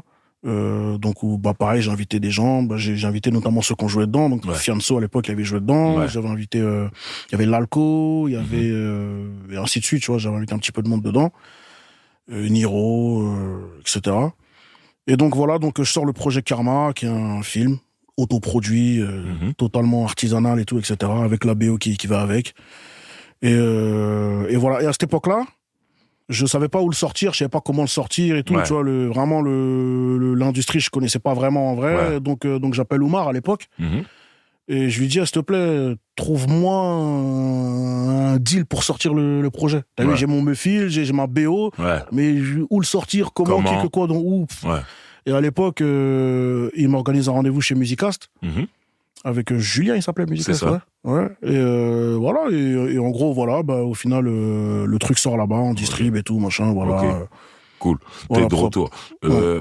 Pour un mec qui était censé mourir, tu reviens avec de la musique et un film. Ouais, tu connais. Je fais pas les choses comme tout le monde. Clairement. Ça sort, bilan. Ouais, bilan, non, écoute, les gens, ils ont kiffé, tu vois, ils Ok. ont kiffé le film, Mais ils ont tu kiffé sens, la tu sens que t'es démarche. de retour un peu, tu sens que... Ouais, si, il se passe quelque chose quand même, ouais, Ok. non. Là, pour le coup, il se passe un peu quelque chose, t'as vu, Ok. voilà, les gens, ah ouais, putain, bien, un truc, et tu vois. Ouais. Et à côté de ça, je mettais corde en rap aussi, tu vois, comme Ouais. je t'ai dit, j'avais sorti quelques trucs qui tournaient bien, etc. Non, franchement, bien, Ok. tu vois, bien. Et on arrive au projet Perestroïka. Voilà. Et en fait, suite à ça, suite à ce deal chez Musicast pour Karma, Mhm. que Oumar m'avait dégoté, Mhm. bon voilà, je suis en train de rapper et tout, etc. Et je sens que j'arrive pas à... Enfin, je comprends pas. T'as vu, je fais des bails, mais j'arrive pas à À éclater dépasser, ce putain ouais. de plafond de verre de merde, là, Ouais. tu vois. Ouais. Et donc, c'est là que je passe ce fameux coup de fil dont j'ai déjà parlé dans plein d'interviews, que j'appelle Oumar et que je dis, hey, gros, toi qui as un pied dans... Parce que moi, vraiment, j'étais hors industrie. Ouais. C'est-à-dire que t'as vu, peut-être que pour les gens qui m'écoutaient à l'époque et qui entendaient mon nom... Et qui te voyaient en feat avec plein de Exactement. gens, Donc, ils ils se disaient pensaient que que t'étais dedans. j'étais totalement hors industrie. Ok. J'étais hors industrie. Ouais. gros. J'avais aucun contact, aucun plug, Ouais. aucune C'est-à-dire affinité même avec... tous les gens avec qui t'as rappé, t'avais pas T'avais pas leur numéro de téléphone pas direct. Spécialement, tu vois ce que je veux dire. C'était ton entourage qui t'arrangeait tout ça, en fait. Voilà. Ok. Tu vois, tu sais, c'était pas vraiment, voilà. Donc, j'étais vraiment hors industrie, t'as vu? J'étais vraiment hors industrie. J'avais jamais fait un rendez-vous en maison disque ou quoi. Tu sais, vraiment, j'étais hors industrie. Ok. En vrai, j'avais le quotidien d'un mec de province qui commence à rapper, mais qui connaît personne. Tu comprends ce que je veux dire ou pas? Bien sûr, tout en ayant fait des feats avec Booba. T'as capté? Ça, c'est fou, tu ça. comprends le public peut pas comprendre ce que tu dis. Ils peuvent pas comprendre ça. Mais, grosso modo, voilà, voilà. J'étais hors industrie totale. Ok. Donc là, du coup, t'es hors industrie et c'est pour ça que donc t'appelles Oumar. Exactement. J'appelle Oumar et je lui dis que, bah, justement, toi, qui as un pied dans l'industrie et un pied dans la rue, avec le recul que t'as, qu'est-ce qui me manque, selon toi, pour réussir à passer ce cap? Ok. Tu vois? Je m'en mets en question. Je me dis, mais attends, il y a un truc que je dois pas faire bien. Il y a quelque chose qui doit me manquer ou il y a un truc que je dois pas faire de la bonne manière. Donc voilà, donc toi, avec ton regard justement plus professionnel que le mien, dis-moi ce qui me manque. Selon toi, qu'est-ce qui me manque? Et c'est là qu'on discute et qu'il me dit ce qui, selon lui, me manque. Et en gros, voilà, il m'explique que selon lui, il y a un déficit d'image et que ça se joue aussi par rapport aux affiliations, etc. et tout, machin. Il me dit, voilà, je pense que tu devrais plus te mélanger avec la nouvelle génération, là. Tu vois? Avec la nouvelle génération qui arrive et tout, machin. Et donc, à l'époque, arrivait Joke. Ouais. Et donc, il me dit, voilà, par exemple, un truc tout con, t'as vu, demain, tu vas un feat avec Joke. Et ben, en fait, c'est un bon win-win. Parce que toi, ça te fait bénéficier d'une fraîcheur, d'une certaine fraîcheur. Et lui, en quelque sorte, ça le crédibilise. Tu vois? Donc, c'est un bon échange de procédés. Et à ce moment-là, il s'occupe de Joke. Et à ce moment-là, il s'occupe de Joke totalement. Tu vois? Et je lui dis que ouais, je suis chaud. Je dis ouais, bien sûr, je suis chaud, ouais. Ouais, je suis chaud. Et donc on enregistre un morceau, Miley, le morceau Miley, le fameux morceau Miley Cyrus.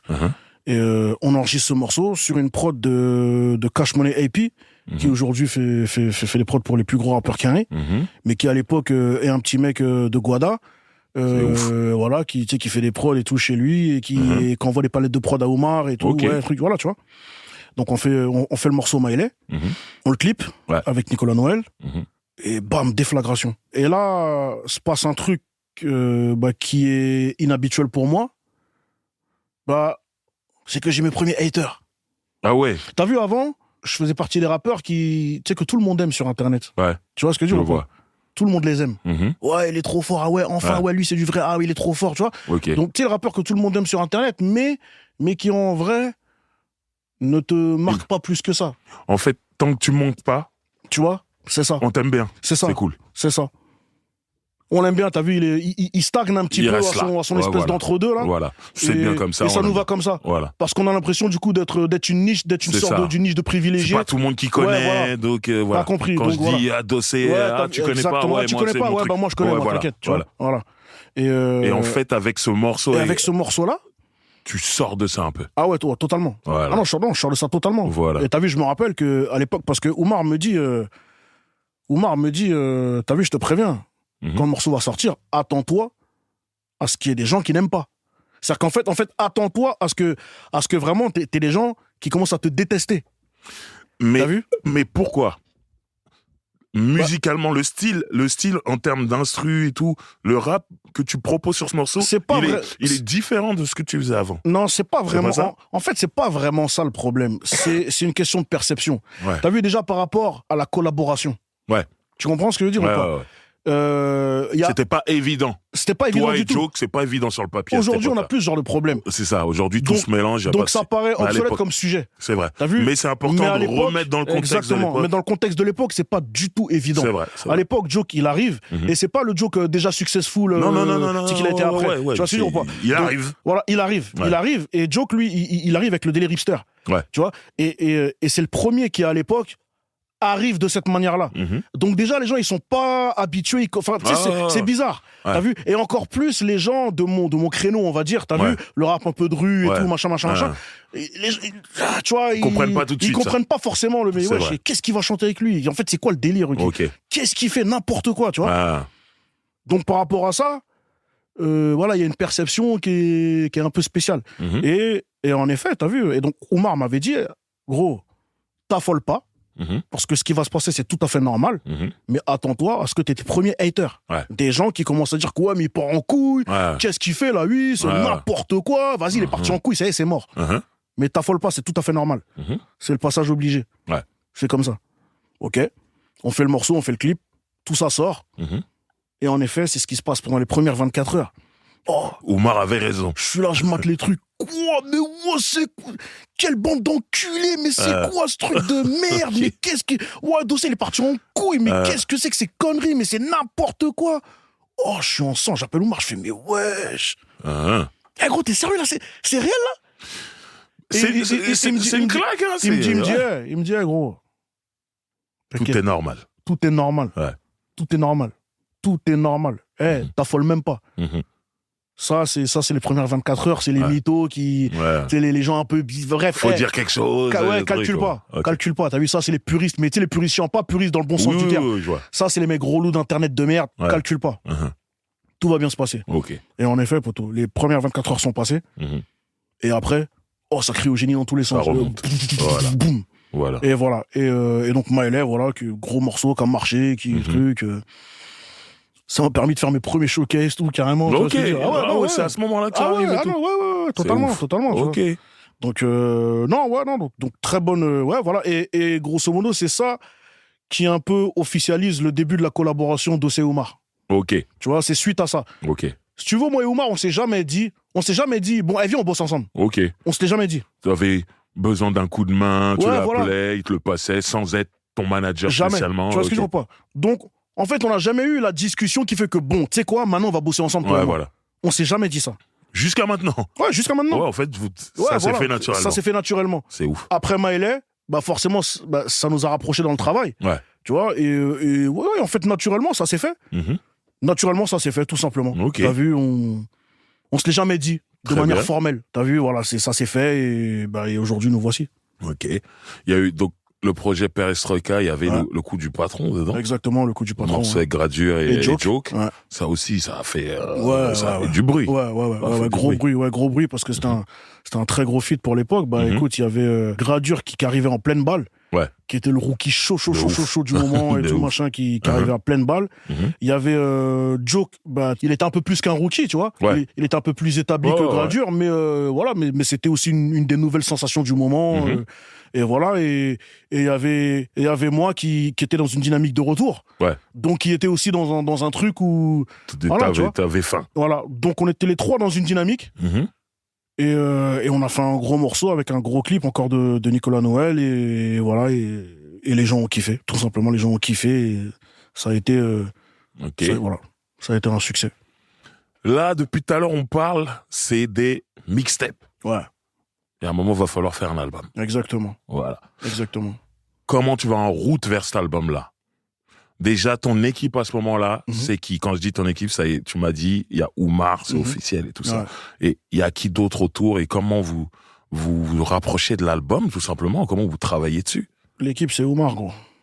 Tout simplement. Voilà, l'équipe rapologique, en tout cas. Ouais. Tu vois, c'est Oumar. Ok. C'est juste moi et Oumar. Voilà. Donc là, vous vous dites, faut faire un album? Ouais.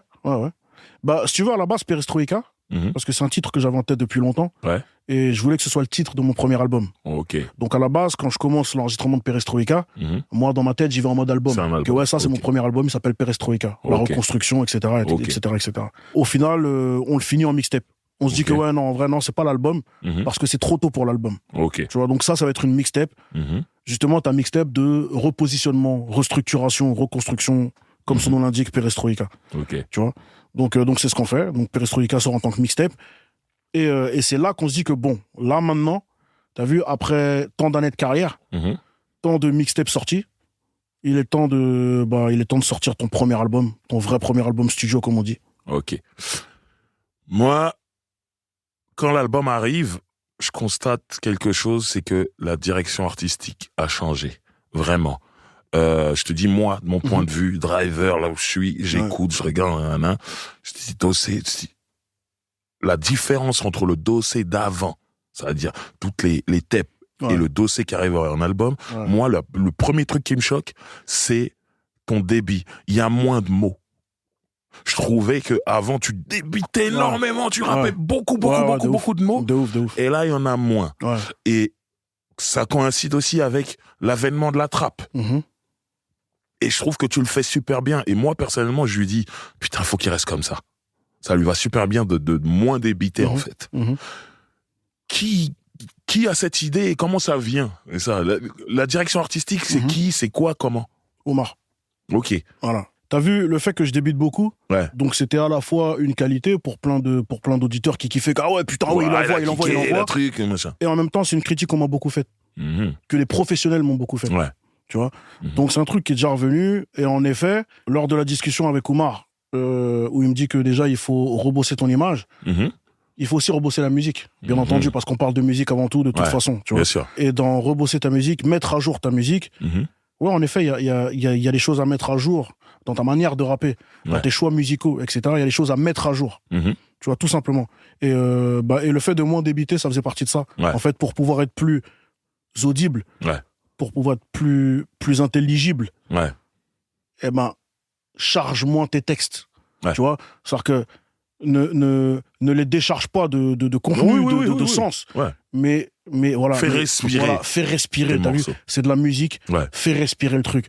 Faut pas que le mec, chaque fois qu'il finit un de tes morceaux, c'est comme s'il finissait un entraînement de boxe. On est essoufflé. Tu vois, essoufflé, non, mais de ouf. Non, mais c'est une critique qu'on m'a beaucoup faite, ça. Tu vois? Je trouve que quand l'album Yuri est sorti, je trouve que ça, c'était corrigé direct. Et je me suis dit, faut qu'il reste comme ça. Totalement. Moi, ça que je me suis dit, il faut qu'il reste comme ça. Vraiment. Ouais, mais c'était totalement ça le brief. Ok, bah c'était totalement ça. C'est une réussite, c'est réussi. Et on est obligé de parler, bien sûr, d'Infréquentable. Ouais, bien sûr. Qu'est-ce dire, ce morceau, déjà, je le trouve ouf. Vraiment. Jusqu'à aujourd'hui. Ouais. Comment il arrive? Comment est-ce que tu le crées? Est-ce que tu dis ce serait bien qu'il y ait Booba dessus? Ou alors tu te dis je fais ce morceau pour qu'il y ait Booba dessus? Comment ça arrive? Donc non, j'ai pas fait le morceau pour qu'il y ait Booba dessus. Ok. Quand je rentre dans la confection de l'album, en effet, à un moment donné, on se dit que ce serait bien un morceau avec Booba. Ouais. Donc je contacte Booba. À l'époque, j'avais plus que son mail. Ouais. Donc je lui envoie un mail. Voilà, en mode je Renoir, j'espère que tu vas bien, etc. Ça fait un bail. Bah écoute, je sais pas si t'as vu, mais voilà, là je suis revenu, tu vois, je suis revenu un peu dans le truc et tout, machin. C'est important de préciser que t'as un deal en maison de disque à ce moment-là. Il y a une maison de disque derrière. Ouais, exactement. Major, c'était Def Jam. Def Jam. Ouais. Ça change quand même des choses. Il y a du budget et tout. Bien sûr. Donc là, on est dans une autre config. Voilà. Tu vois, on est dans un truc où, voilà, je suis plus à l'aise pour bosser. Voilà. Et voilà. Donc je peux pleinement jouer mon rôle d'artiste. Ouais. Tu vois ce que je veux dire ou pas? J'ai pas tout à gérer en même temps. Voilà. Tu vois, je suis juste un artiste. Musique, ouais. Voilà, je rappe, j'écris mes textes. Voilà. Et il y a Omar qui s'occupe du reste. Donc t'as vu, et moi ça me fait souffler. Ça me fait souffler de ouf parce que je sors de plusieurs années où je suis au four et au moulin. Ouais. Tu vois. Donc ce mail à Booba. Ouais, donc voilà, je lui envoie le mail et je lui dis que, écoute, je suis en train de faire mon premier album et j'aimerais bien t'inviter dessus et tout, tu vois. Et donc il répond à ce mail et tout, il dit, ouais, bah, ça faisait un bail. Il était temps. Il était temps, Ronan. Sacré Booba. Ouais, il était temps et donc voilà. Il me dit, vas-y, mais moi je suis chaud, hein, vas-y, bah, prends mon... À l'époque, ça devait être BBM, je crois, je dis pas de conneries. Okay. Ou prends mon... Enfin, bref, peu importe, prends mon numéro, truc, et vas-y, on se tient au jus, tu vois. Donc moi, j'essaye des trucs et je lui envoie. Et mais on trouve pas vraiment le truc. Ok. On trouve pas vraiment le truc, tu vois. Voilà, j'ai dû lui envoyer 2-3 trucs. Et c'était les trucs bien, mais à chaque fois, il me disait que, écoute, c'est bien, si tu veux, on le fait. Mais je pense qu'on peut faire mieux. Okay. Je pense qu'on peut faire mieux encore, tu vois. Donc il a vraiment ce truc. Ça m'a plu parce qu'il s'est impliqué. Voilà, ça que j'allais dire. Il aurait pu se contenter de vas-y, bah tiens, prends ton couplet et je m'en bats les couilles en vrai, tu vois. Il a vraiment ce truc de vouloir faire de la qualité. Il a voulu bien faire la chose. Le meilleur truc possible. Ouais, tu vois. Donc il a respecté l'invitation, tu vois. Il a pris à sa juste valeur. Et donc il me dit, écoute, ça c'est bien, on peut le faire, mais ça c'est pas un truc qui va rester, ça. Tu vois. Pour l'instant, on n'a pas encore le truc. Donc je fais ok. Et un jour, je suis en studio et je fais un morceau de mon côté. Je reçois une prod de... Putain, merde, je suis un ouf, comment il s'appelle? Oh, je suis un gueudin. Qui a fait la prod? Mais je suis un fou. J'ai son nom sur le bout de la langue, mais je me rappelle pas. Enfin bref, je sortirai le nom après, y a pas de problème. C'est pas méchant. Et donc, je reçois une prod Ah ouais, lourd et tout, tu sais, ça, elle m'inspire et tout. Et moi, je commence à faire un morceau dessus. Mais un morceau solo. Ok. Donc, je fais un morceau et tout, machin, je fais mon truc et tout, machin, je fais l'infréquentable. Et je fais qu'un couplet. Je fais un couplet et le refrain. Ok. Et après, je m'arrête parce que j'ai pas trop l'inspi pour le deuxième couplet, je sais pas trop quoi dire. Donc, du coup, je vois après. Et j'envoie Oumar. Ouais. Ouais, je viens de faire ça et tout, Théma. Il me dit, oh, c'est chaud ça, va. Il me dit, oh, mais ça, c'est chaud ça. Il me dit, mais tu verrais pas Booba dessus, toi? Et je me dis, ah ouais, de ouf, ouais, c'est vrai. Ok. Ah, c'est vrai que ça peut lui parler, ça. Ouais, c'est vrai, bah attends, je lui envoie. Et je lui envoie, et là, directement, il fait, mais voilà. Ça a été une évidence pour lui. Évidence. Mais là, on l'a le morceau. Voilà. Là, on l'a le morceau. Et donc, il fait son couplet. À la base, je me rappelle, il fait un couplet de 8 mesures. Ok. Donc, il nous envoie et tout. Et j'écoute, je fais, on se dit avec Oumar, mais c'est pas un peu court, là, son couplet? Il dit, oh, j'avoue, c'est court un peu. Et je dis, mais là, avec 8 mesures, là. Et donc, je lui dis, attends, je vais lui renvoyer un message, hein, parce que là, on peut pas laisser comme ça 8 mesures. Mais c'est chaud d'avoir un message à Booba, tu dis, chacal, essaie de reposer, essaie de rajouter un bail, non? Mais bon, vas-y, tu sais, je lui envoie le message et tout, et je lui dis, ouais, frérot, ouais, le couplet lourd et tout, tu vois. Mais c'est court de ouf. Si tu pouvais rajouter un petit 4 mesures, ce serait bien, t'as capté? On appréhendait un peu, on se dit, ouais. Peut-être qu'il peut mal le prendre. Il peut mal le prendre, t'as capté? Ouais, je fais, vous êtes deux ou vous? Pour qui vous prenez? C'est ça. Tu vois, mais non, mais en vrai, rien de tout ça. Non, normal, il m'a dit, ok, ah ouais, c'est court, vas-y, ok, vas-y, bah écoute, vas-y, dès que j'ai une inspi, je le fais. Ok. Et quelques jours après, bah, donc il envoie, ce qui sera le couplet final. Ok. Voilà. Lourd, franchement, de la musique, au refrain, au couplet, je trouve tout est lourd et je trouve que ça a été un single évident de l'album. Le truc prend. Ouais. Voilà. L'album. Il prend énormément même. Voilà, l'album prend aussi et je trouve que vous avez un casting XXL en featuring. Il y a Nekfeu. Ouais. Moi, je te dis, un album où t'as Booba et Nekfeu, je sais pas si ça existe vraiment. Tu vois, déjà, c'est chaud. Mais on est obligé de parler des deux Américains, là, parce qu'ils ont grave des problèmes au moment où on parle. Ouais, Joe Mike qui a fait la prod d'Infréquentable. Ouais, je suis un gueudin. Ouais, Joe Mike. C'est mon gars. Big up Joe Mike, ça. Ouf, ouais, de ouf. Et les deux Américains, là, ils ont grave des problèmes. Ouais, de ouf. C'est chaud. De ouf. Young Thug. Ouais. Young Thug. Vous faites le morceau, il y a le clip. Ouais. Et des années plus tard, il y a ce fameux épisode où il vient en France, où il parle mal de la France, machin et tout. Ouais, il dit que les rappeurs français, ils ont grandi dans des châteaux, etc. Ouais. La majorité des Américains n'ont pas cette culture générale, de ouf. Surtout extérieure à leur pays. Et donc le mec pense que t'es français, t'as une baguette de pain, tu vis dans un château, t'es Louis XIV. Exactement. T'es Louis XIV en même temps. Donc voilà. Et je t'avais vu réagir sur les réseaux sociaux. Ouais. Tu peux nous parler un peu de cette période-là? Ouais, non, mais moi, ça m'avait juste fait sourire, tu vois. Ouais, donc en effet, il y a cette interview qui sort, où il dit ça, où il dit quoi, mais en France, les rappeurs, il n'y a pas de ghetto là-bas. Enfin, les mecs, ils ont grandi dans des châteaux, mon frère, c'est motherfucking Louis XIV, tu vois, vas-y, tu vois. Et non, et moi j'avais juste mentionné donc cet extrait d'interview là et je disais mais donc lui en fait il a vraiment cru qu'on a clippé chez moi en fait. Et voilà, c'est tout, tu vois, ça avait fait rire un peu les gens, moi-même j'avais rigolé. Parce que le clip c'était dans un bel endroit. Ouais, dans un bel endroit, donc je me suis dit attends, poteau, tu te dis bien qu'on n'était pas chez moi, t'es con ou quoi? Là en ce moment il est au placard et c'est très tendu à la minute où on parle. Ouais, c'est louche. Voilà, il y avait Tory Lanez. Qui en ce moment est en plein procès pour avoir tiré sur les orteils d'une femme, exactement, qui est Megan Thee Stallion, une rappeuse à succès. Exactement. Donc voilà, ça s'est passé comment le feat? Avec Tory Lanez. Vous êtes rencontrés avec Tory Lanez? Les deux on s'est rencontrés. Okay. Les deux on s'est rencontrés, on était en studio ensemble, etc. En fait, Tory Lanez, ce qui s'est passé, c'est que on s'est rencontrés lors d'un. En fait, il devait faire un concert à l'époque à la Maroquinerie, si je dis pas de conneries. Ok. Et il est venu avant le concert, en fait. Tu vois, il est venu avant le concert et tout, on était en studio ensemble et tout, etc. Non, la veille du concert plutôt. Et on était en studio. On a commencé à la base sur une prod. Sur une prod de Will Star, je me rappelle. Et nous, voilà, nous, tu sais, quand on invite Tory Lanez, nous, on veut qu'il nous fasse où il chante, frère. Ouais, les refrains. On veut qu'il nous fasse des refrains à la. Diego, tu vois. Nous, ça qu'on veut qu'il fasse, tu vois. Ouais. Et sur le morceau, il rappe. Mais tu sais, il rappe, tu vois, il rappe. Ouais, il n'y a pas une mélodie. Ah, poteau, Ouais, enfin, t'es bien gentil, mais nous, on s'en bat les couilles, nous. En fait, quand tu rappes seulement, on s'en fout. Oh, c'est ça. Là, tu ne sers à rien quand tu fais ça, tu vois. Ça va être un morceau qui va finir dans les méandres de l'album, tu vois. Et bon, voilà, il se barre et tout, tac. Et en plus, même, t'as vu, l'ambiance, elle était un peu chelou, studio, tu vois. Il est un peu spé, t'as vu. Il est pas.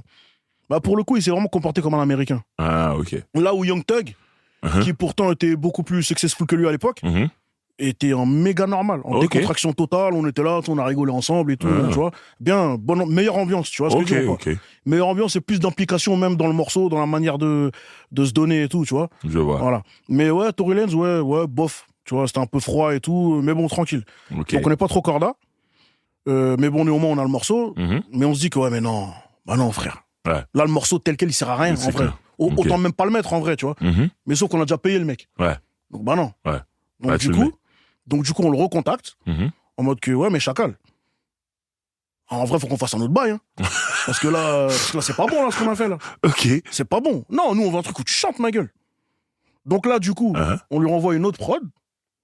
Ok. Tu vois, on lui renvoie une autre prod. Plus mélodieuse. Qui est plus mélodieuse, qui est plus, du coup, dans son délire. On lui envoie une autre prod. Il nous renvoie quelque chose quelques jours après. Ok. Ça va pas traîner. Ok. Un refrain de bâtard. On se dit, ah, mais voilà, c'est ça qu'on veut. C'est ce Tory-là qu'on veut. Et donc voilà, donc après, moi j'ai posé. Bien, il a respecté quand même. Il a respecté comme jamais. Non, pour le coup, il a respecté. Ouais. Pour le coup, il a vraiment respecté. C'est cool. Il a vraiment respecté. Il nous fait un refrain de bâtard. À la fin, il fait même une sorte de troisième couplet, enfin, une sorte de mi-couplet, mi-refrain, je sais pas trop ce qu'il fait, mais en gros, un bon truc, tu vois, en gros, de quoi faire un bon morceau.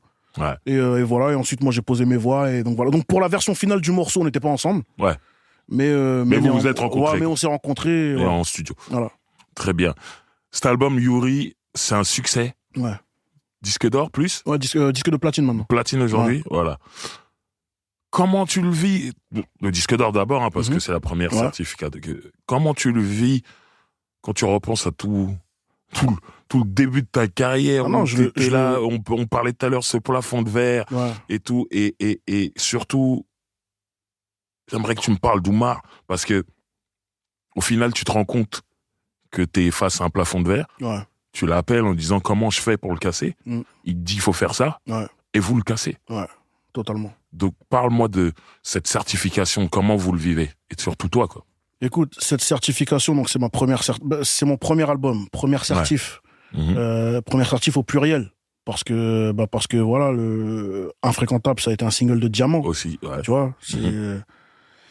Donc ouais, non, cet album-là, si tu veux, pour moi, c'est assez spécial parce que, si tu veux, nous, en fait, comme on a la tête dans notre guidon, on travaille, en fait, on est que dans notre charbon. Ouais. Ce qui fait que les certifs, on les a pas célébrés. Tu vois, on n'a pas célébré tous ces trucs-là, t'as capté ou pas? Il n'y a pas eu de moment où on s'est dit, ah, bon boulot, allez, célébrons maintenant. Ouais. Vous étiez déjà sur un autre truc. On était déjà sur un autre truc. Mais néanmoins, j'étais quand même très, très fier, très content, très fier parce que, encore une fois, t'as vu, moi, je suis un mec qu'on a beaucoup donné pour mort. Ouais. Tu vois, plusieurs fois, on s'est dit de moi que, ouais, mais non, mais c'est mort, là, c'est cuit. C'est mort, c'est cuit, c'est mort. Ça fait X temps qu'il paiera, il a pas pété, c'est mort, tu vois. C'est mort. Et quand je signe à Def Jam, pareil, t'as vu? À Def Jam même, les gens, ils ont l'impression que Kumar, il signe son pote. Ouais. Tu comprends ce que je veux dire? Il y a des grosses têtes qui fonctionnent à ce moment-là. Bien sûr, chez Def Jam. Bien sûr, tu vois. Donc ça veut dire que t'es pas, tu sens pas qu'on croit en toi. Non, clairement pas. Non, clairement pas. La seule personne qui croit en moi, c'est Oumar. Ouais. Je te le dis clairement. Ok. Voilà, c'est la seule personne qui croit en moi, c'est Oumar. Et pas que Def Jam. La seule personne dans le game qui croit en moi, c'est Oumar. Ok, wow. Tout simplement. Tu vois. Déjà, lorsqu'on commence à bosser ensemble et que ça commence à tourner, tu vois, qu'on bosse ensemble et tout, que je bosse avec Oumar, et lorsqu'il est sur le point de me signer à Def Jam, frère, je me rappelle de trucs. Enfin, tu sais, non, les gens l'appellent en mode, mais qu'est-ce que tu fais, gros? Ah ouais, carrément. Mais bien sûr. En mode, mais qu'est-ce que tu fais, gros? Mais t'es un ouf. Qu'est-ce que tu t'engages dans ce bourbier, là? Mais tu vas rien faire de lui. Il est mort, lui, wesh. C'est un bon rappeur, mais on s'en bat les couilles, mec. Ouais. Il est mort, gros. Il a pas pété à l'époque de Booba. Tu veux qu'il pète comment? C'est cuit. C'est cuit, c'est mort. Tu vois. Donc les gens l'appellent carrément pour... Tu vois, C'est fou, mais gros, ça. mais qu'est-ce que tu fais? Là, tu signes tes potes, en vrai. Toi, t'es un faux, toi. Ouais. Et en plus, pourquoi lui? En fait, pourquoi lui et pas l'autre, alors, dans ce Ouais. cas-là? Pourquoi lui et pas lui? Pourquoi Ouais. lui et pas lui? Ouais. Et en fait, ils comprennent pas que Omar n'a pas signé un pote. Ouais.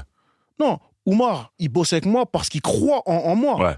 Parce que lui, en fait, il ressent que, mais en fait, c'est pas normal qu'un potentiel comme ça soit pas exploité. Ouais. C'est pas normal qu'un potentiel comme ça risque de terminer en potentiel, justement. Ouais. Tu vois ce que je veux dire ou pas? Il était bon. Ouais, voilà, ouais. Ah, Ouais. il fut bon, mais ouais, dommage, il a pas eu de carrière chelou. Ouais, Ouais, t'as vu, ouais. on comprend pas. Mais pourtant, Ouais. il était bon, hein, mais on comprend Ouais. pas. Et puis, il a une vision. Exactement. C'est-à-dire, quand il c'est ça te qui met fait... chez Def Jam, il sait ce qu'il veut faire aussi. Totalement. Voilà. En fait, c'est ça qui fait En fait, c'est ça un producteur, ma gueule. Ouais. C'est qu'il a la vision que toi, t'as pas. C'est ça. Petite parenthèse, c'est la même vision qu'il a eue sur Dinos que moi, j'ai pas eu. Bien sûr. À l'époque où il signe Dinos, moi, je suis le premier à lui dire quoi, mais pourquoi tu le signes? Il est normal, lui. Tu vois? Mais il n'y a pas que toi, hein. Ouais, mais voilà, tu vois ce que je veux dire. C'est ce que j'entendais beaucoup, hein. Clairement, tu Bon, vois. Dinos, c'est mon gars. Moi, j'ai pas dit ça. Voilà. Sauf que lui, justement, Il avait sa vie. lui, il a la vision. Ouais. Et en fait, c'est ça qui fait toute la différence. Bien sûr. Entre un bon producteur et un producteur lambda, en vrai, tu vois. Ouais, et même, j'ai envie de dire, entre un producteur et entre quelqu'un qui écoute du rap et qui donne son avis. Clairement. Parce que souvent, c'est eux qui passent des coups de fil. Exactement. C'est juste des auditeurs. Exactement. Ils savent pas, en fait, comment ça se travaille, un artiste. Non, mais vraiment. Ils savent pas que le mec, il a une vision, il voit un futur et tout. Mais bon. Mais tu vois, dans les fameux appels qu'il a reçus, là. Ouais. Qu'il a reçus, ou que même Chulvani a reçu à l'époque. Ah Ok. ouais. Dans les fameux appels, Mhm. il n'y a pas que des gens qui écoutent du rap. Il y a aussi les professionnels de la musique. Tu vois ce que je veux dire ou pas? Ouais, des producteurs, de gens qui ont pignon sur rue. Hein, voilà, tu vois, après, bon, je dirais pas le nom parce que je m'en bats les couilles. Oui. Mais voilà, il y a des gens qui appellent, mais en mode pour combattre ces signatures. C'est un truc Pour de fou. combattre cette signature. Vraiment en mode, mais. C'est important que tu dises ça parce Ouais, que poteau. si toi tu l'as vécu, sache qu'il y a d'autres artistes qui l'ont vécu Bien aussi. sûr, forcément. C'est-à-dire, il y a des gens, c'est des empêcheurs. Bien sûr. Ils s'appellent pour empêcher. Ouais, c'est bien tout. sûr, bien sûr. Wow. Donc après, je vois pas dans quel but, je vois pas quel est Moi l'intérêt, non plus, parce que mais c'est bon. pas ton argent. Enfin, Bah tu sais, en ouais. gros, t'as pas intérêt à faire ça. Mais Bah bon, ouais. bref, tranquille. En vrai, c'est un détail. Mais donc tout ça pour dire que même quand Omar me ramène là-bas, faut pas croire que T'es pas Ah en ouais. terrain conquis, quoi. Mais T'arrives pas. mais absolument pas. Je suis- Tapis rouge, tout le monde crie, c'est pas Mais ça. absolument pas. Je suis en terrain hostile, même, j'ai envie de te dire. Oh, wow, ok. Tu vois, en terrain bon, hostile, c'est peut-être un peu fort, Ouais. mais presque hostile en tout cas. Ouais, tu tu vois, sens que ils sont pas là pour te pousser, Mais quoi. absolument pas. Ouais. Ils sont pas là pour moi. C'est-à-dire Ok. que tout ce qui se passe, c'est parce qu'Oumar l'a voulu. Tout ce Ok. qui se passe, c'est parce que Oumar a fait que. Ok. C'est Oumar qui a fait que. T'as Ok. capté ou pas? Tout simplement, je te le dis clair, c'est Oumar qui a fait que. Je le vois Voilà. très bien. Fin. Important de le préciser. Du coup, avec un disque de platine, tu dois confirmer. Ouais. Faut bosser sur la suite. Ouais. Je te dis, moi, ce que j'entends, beaucoup de bruit de couloir. Dossé, son premier album, il a marché parce que Booba. Tu l'as Exactement. entendu? Bah, bien sûr. Ouais, t'enlèves Booba de l'équation, il se passe rien. Il se passe rien. Donc je sens que, même si t'as un disque de platine, l'industrie, je parle de l'industrie, Ouais, hein, l'industrie, ne ouais. croit toujours pas en toi. Totalement. Totalement. Ça, tu l'as ressenti. Je Totalement. suis pas fou. Totalement. Ok. Vous allez en studio, vous croyez en vous, Ouais. vous bossez sur le deuxième album, Comme jamais. voilà. Vidalosa, ça sort. Ouais. Et dedans, il y a Habitué. Ouais. Solo. Ouais. T'es tout seul dessus. Ouais. Ça casse avec le dossier de l'infréquentable Ouais. en termes de lyrics, les Ouais. textes, Ouais. l'ambiance, la musique, ça n'a rien à voir. C'est Ouais. même un risque, j'ai envie de te Ouais, dire. ouais, c'est totalement un risque. Ouais. Parce qu'en vérité, tu refais la même chose que sur le premier album, les singles dans le même ordre et tout, Ouais, ouais. et tu te dis, il se pourrait que j'ai les Ouais, mêmes ouais. résultats. Ouais, ouais. Qui a l'idée de partir sur ce morceau-là, sur Habitué? C'est pas vraiment une idée. C'est là pour le coup, c'est vraiment musical. Ok. C'est-à-dire qu'on était en studio et cet album-là, Vidalosa, on l'a bossé donc avec des beatmakers et avec à l'époque Easy Lee, Ouais. Top Liner Top Line. et le Motif. Ok. Voilà, qui était top liner aussi à l'époque Ok. et tout, voilà, qui faisait quelques top lines et tout. Et Easy Lee, à un moment donné, nous fait écouter quelques trucs qu'il a dans son ordi, Mhm. dont un morceau qui était une sorte de piano-voix un peu et tout. Mhm. Et j'écoute ce morceau-là, et je dis, ouais, mais ça, c'est incroyable, ça. Mhm. Mais moi, je le veux, ça. Il me dit, non, attends, non, parce que c'est pour mon album et tout. Non, non, ça, je le donne pas, celui-là, ça, c'est pour mon album et Mais tout. machin. pourquoi il te le fait écouter si je veux pas le donner? Parce que c'est un petit enfoiré. Donc il me fait écouter et tout. Mais non, ça c'est pour mon album et tout, machin. Je lui casse la tête. Avec Omar, on lui casse la tête, gros. ma gueule. Donne-moi ce morceau, putain de merde. Il y avait déjà la top line dessus? Non, le morceau était fait, les paroles, tout était fait. Le morceau était fait. Ok. Et je dis, gros, mais le morceau, il est incroyable, gros, donne-le-moi, ma gueule. Il me dit, non, mais par contre, si tu veux, on bosse un piano-voix pareil et tout, machin. Ok. Je dis, ouais, mais c'est pas pareil, mais moi, c'est celui-là que je veux, mais ce sera pas pareil. Ouais, mais non, mais gros, mais là, c'est mon album et tout, c'est moi, après que je peux pas, mais je te jure, on va bosser un truc et t'inquiète. Ok, vas-y. Donc maintenant, il appelle Josh. Josh Rosinet. Qui est qui est compositeur. Ok. Qui est compositeur. Qui est un petit jeune à l'époque, qui a 17 ans. Ok. Et qui a été repéré parce qu'il faisait du piano, parce qu'il faisait des reprises de piano sur Instagram. Ok. Il faisait des reprises de morceaux au piano et tout, machin. Donc il a été repéré comme ça par le motif. Ils l'ont signé dans leur structure qu'ils avaient et tout. Enfin, qu'ils avaient, je sais plus exactement. Et ils ont commencé à bosser avec lui en tant que beatmaker. Tu vois. Donc il s'est perfectionné en tant que beatmaker et tout, etc. Voilà, tu vois. Donc il appelle Josh pour jouer au piano. Ok. Tu vois. Et donc voilà, donc il nous fait écouter quelques boucles qu'il a dans son ordi. Et il y en a une. Celle-là, il y a un délire. Ok. Mais c'est vraiment un début de boucle. Ouais. Un début de boucle, en plus un reverse bizarre. Enfin bref, tu vois, c'est vraiment un début, c'est une ébauche de quelque chose. Mais je me dis, les accords, je les kiffe là. Ouais. Donc on part sur ça. Et il bosse une mélodie. Ouais. La mélodie d'habitué, donc. Ok. Maintenant, donc on a la prod, on a le piano. Et donc maintenant, Easy Lee va derrière le micro. Ouais. Pour commencer à faire les top lines. Donc tac et tout, il commence, il fait les top lines, il commence. Tac, tac, tac, tac, tac, tac. Et au refrain, la top line qu'il fait, on a l'impression d'entendre habitué. Tu vois ce que je veux dire ou pas? Ouais. On se dit, ah ouais, la top line là, elle est sale. Ouais. Elle est lourde, touche plus à rien, sort. C'est bon. Ok, c'est bon. Je suis rentré chez moi avec le morceau, avec la top line, avec la prod et la top line. J'ai écouté le truc. J'ai pas réussi à écrire directement. Et c'est le jour où j'allais au studio pour l'enregistrer, le morceau, que je suis en voiture avec un de mes incous qui m'amène au studio. Donc moi, je suis assis côté passager. Et je suis là et tout, et je fais que écouter, mais il y a rien qui me vient. Ça sort pas. Mais je sens que je suis à ça. T'es pas loin. Ouais. En fait, je me fais pas de soucis. Je sais que ça va se passer. Arriver un moment. C'est juste que là, pour l'instant, il y a pas. Et on est là, on roule et tout. Et à un moment donné, il cartonne une voiture. Wow. Il cartonne et tout, machin, relou. Donc bon, il sort pour faire le constat avec la meuf et tout, machin. Et moi, je suis là. Et c'est là que ça commence à sortir. J'écoute le son et j'écris. Pendant un constat, frère. Pendant qu'il est devant en train de faire le constat avec la meuf. Ouais, mais non, mais c'est vous. Ouais, mais non, mais c'est vous, mais n'importe quoi, mais j'étais prioritaire, machin. Ils sont en train de s'embrouiller, t'es en train d'écrire la chanson la plus posée j'écris, de ouf. de l'album. Et moi, j'écris habitué, frère. Ok. Je suis en train d'écrire habitué. Et là, ça sort. Tu sais, je l'écris comme si. Ça sort comme de l'eau d'un robinet, frère. Voilà. Tu vois, voilà. Et voilà. Et donc, j'arrive au studio et je pose habitué, tel que vous le connaissez. Et quand le morceau est terminé, vous vous rendez compte, toi et Omar, que vous avez quelque chose, vous tenez quelque chose? Ouais, directement. Okay. Ouais, directement. Ouais. On sait qu'on a un morceau fort. Ok. On se dit pas qu'il est aussi fort que ça, mais on sait qu'on a un morceau fort. Ouais. On sait qu'on a un des titres phares de l'album. Ok. Et nous, à la base, le morceau, comme en effet, c'est un risque. Voilà, c'est un piano-voix. Enfin, c'est vraiment une version de dossier qu'on connaît pas. On t'attend pas là du tout. Exactement, tu vois. Donc nous, logique, on se dit, donc il fera partie des morceaux qu'on va exploiter, mais peut-être en 3e ou 4e single. Ouais. Ouais, tout simplement, tu vois. Avant ça, on a trop de choses à sortir. Ouais. Ça peut pas arriver directement. Ouais, ça arrive en 3e ou 4e. Une fois que ton truc est sorti et que t'es déjà un petit peu dans des bons signaux, voilà, t'envoies ça. Le mets, ouais. Ok. Donc nous, c'est sur ça qu'on part. Mais on sait qu'on a un morceau fort. Ouais. Le morceau, on n'en a jamais douté. On sait qu'on a un morceau fort. On sait que, là... C'est juste l'ordre des singles. C'est juste l'ordre voilà. qu'il faut bien gérer parce que, j'avoue, voilà, tu vois, il est quand même pas facile à placer. C'est vrai. T'as capté, voilà. Aujourd'hui, ça paraît super évident. Oui, ça y est, il a fait son chemin. Mais, tu vois, mais à l'époque, base, non. Pas du tout, poto. Sur le papier, c'est pas ça que...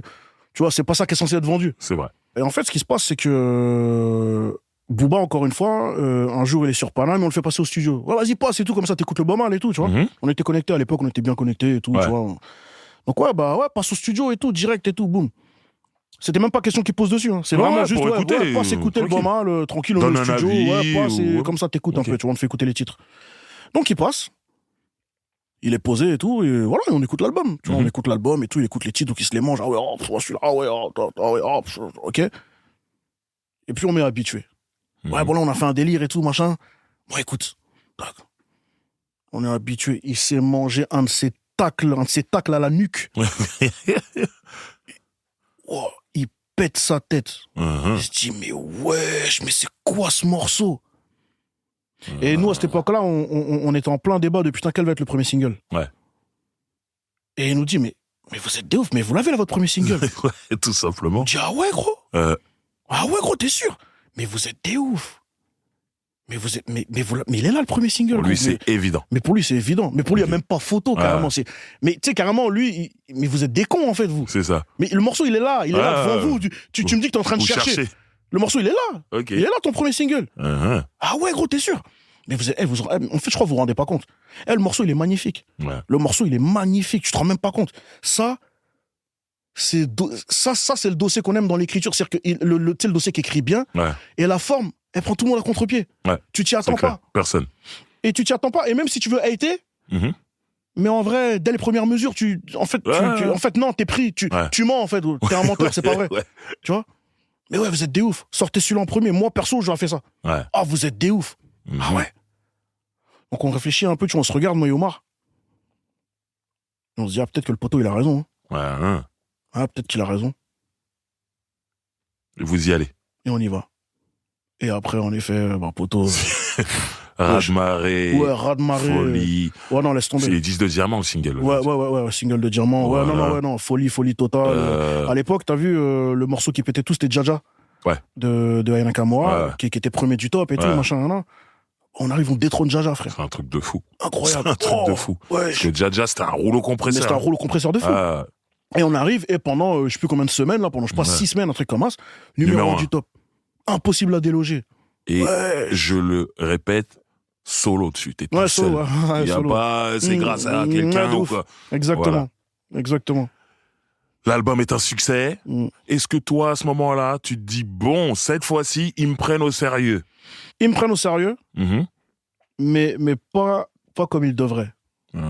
Mais en fait, forcément qu'ils me prennent un peu. En fait, forcément, à un moment donné, tu peux pas mentir éternellement. C'est ça. Donc, à un moment donné, oui, il faut quand même que tu te décides à reconnaître que, ouais, bon, j'avoue, lui, en vrai, il y a moyen que. Voilà. Mais c'est pas non plus en mode, ah, ça y est, ah ouais, non, oh là là, artiste confirmé et tout, tu vois. Voilà, c'est. Il y a toujours une retenue sur toi. Il y a toujours une retenue. C'est un truc de ouf. Toujours une retenue. En fait, comme si c'est une succession de coups de chance. Tu comprends ce que je veux dire? Comme si, ouais, mais bon, d'accord. Bon, sur le premier, c'était Booba. Ok. Oui, bon, sur le deuxième, il y a Habitué. Ouais, mais c'est vrai, mais. Ouais, mais. Ouais, mais quoi, je sais pas, mais mais. T'as vu, mais Habitué aussi, c'est un morceau. Enfin, tu sais, limite, à 2 doigts de dire, ouais, mais en vrai, un morceau comme Habitué, n'importe qui le chante, ça pète. Tu comprends ce que je veux dire ou pas? Ouais, ok. Tu sais, limite. En mode, ouais, mais en vrai. Mais c'est toi qui l'as fait le morceau, à un moment donné. C'est clair. mais bon, écoute, apparemment, voilà, tu sais. Et ce que tu me dis là, c'est vrai, et je le ressens, en fait, après Vidalosa. J'ai l'impression que c'est le retour de tes haters, en gros. Je crois que tu sors un Summer Crack à un moment, ouais. Ouais, Summer Crack 4. Donc, faut quand même répéter, Summer Crack, c'est une mixtape. Ouais. Une série de mixtapes. Ouais. Et il me semble que les chiffres, c'est pas les mêmes que l'album et tout. Ouais. Et je vois des gens se jeter sur les réseaux sociaux. Ah, ça marche moins. Et tout ça. Et je sens comme, pas tout le monde, mais je sens comme des gens qui aimeraient que tu te casses la guelle. Est-ce que tu ressens ça à ce moment-là, toi? Mais tu sais quoi, je vais dire un truc, frérot. Que ce soit Yuri, que ce soit Perestroïka, que ce soit Yuri, que ce soit Vidalosa ou à Summer Crack, il y a des gens, alors je sais pas pour quelle raison, je sais pas quelle est aucune idée, frère. Ouais. Mais il y a des gens, en fait, qui m'attendent au tournoi, en fait, qui veulent que je me casse la gueule. Je le ressens. À chacune de mes sorties. Je le ressens. Tu vois, à chacune de mes sorties qui sont prêtes à bondir dès leur... Oh, tu vois. Ouais. Et pour revenir à Summer Crack, on parle de chiffres, etc., machin. Bon, déjà, voilà, Summer Crack, c'est une mixtape estivale qui ne sort qu'en digital. Voilà, donc c'est une plus petite sortie que Vidal Bien Ossa. sûr, Tu vois, clairement. c'est dans ce sens-là que je précise, c'est une tape. Bien sûr, tu vois. Et, mais le truc qu'il faut se dire, c'est qu'attention, au final, on a un gros single de platine dessus, sur l'odeur du charbon, tu vois ce que je veux dire ou pas? Voilà. Et avec d'autres morceaux aussi qu'on vient tourner, on a un single d'or sur Thaïlande avec Bram Sito, enfin, en gros, voilà. Donc, si vous voulez que quoi qu'il se passe, ça prend, ça prend. Tu vois, il y a des gens, pour moi, tu vois. Il y a des gens qui suivent. Bien sûr.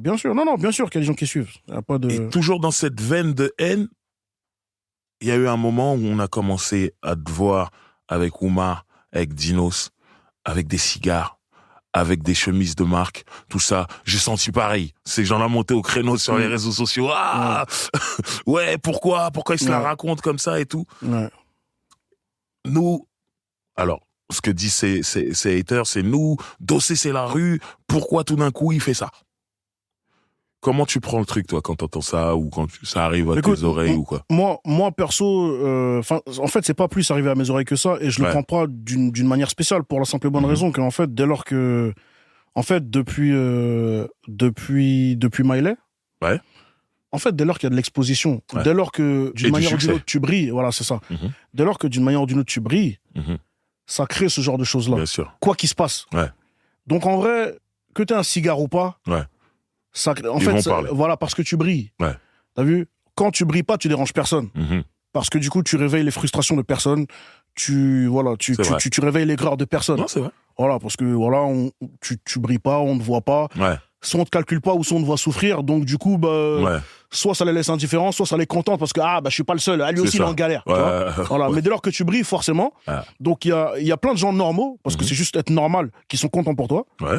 Et il y a d'autres gens qui, eux, pour moi, c'est eux qui sont pas normaux, en fait, qui sont des oufs, et ça leur fait mal. Ça leur fait mal que t'ailles bien, ça leur fait mal que tu vives, ça leur fait mal que tu kiffes, ça leur fait mal que tu célèbres, ça leur fait mal que tu aies du succès, ça leur fait mal que ce que tu fais fonctionne. Ça leur fait mal. Voilà. Et donc voilà, tu vois. Donc, mais moi, je m'en fous, tu vois, parce que en fait, c'est l'eau. En fait, tout le monde. Et puis j'ai l'impression que ça y est, t'es prêt pour ça. Ouais, bien sûr. C'est pas comme la première fois que t'as eu des haters, tu disais, wow, c'est bizarre. Voilà, tu vois. Là, ça y est. Et en plus, moi, pour le coup, t'as vu, le succès, il est venu progressivement. C'est vrai. Ça s'est pas fait du jour au lendemain comme certains, où en effet, tu peux être désarçonné. C'est clair. La veille, t'étais à un moins 100, et le lendemain, t'es à plus 200. Donc forcément, mais ça change du tout au tout, tu vois. Mais moi, c'est pas le cas, ça s'est fait progressivement, tu vois. On est arrivé vraiment, voilà, donc t'as vu, voilà, Perestroïka, et puis ensuite Yuri, et puis ensuite Vidal Ossa, tu vois. Donc, tu t'es préparé quelque part. Donc voilà, et sachant qu'avant ça, même si j'étais moins impliqué ou en dilettante tout ce qu'on veut, mais j'étais quand même dans le truc. Donc ce qui fait que des haters, en vrai, j'en ai déjà eu avant. C'était juste à moindre mesure. Voilà. Parce que tout était à moindre mesure. Ouais, c'est vrai. Mais en vrai, ça fait des années que je suis dedans.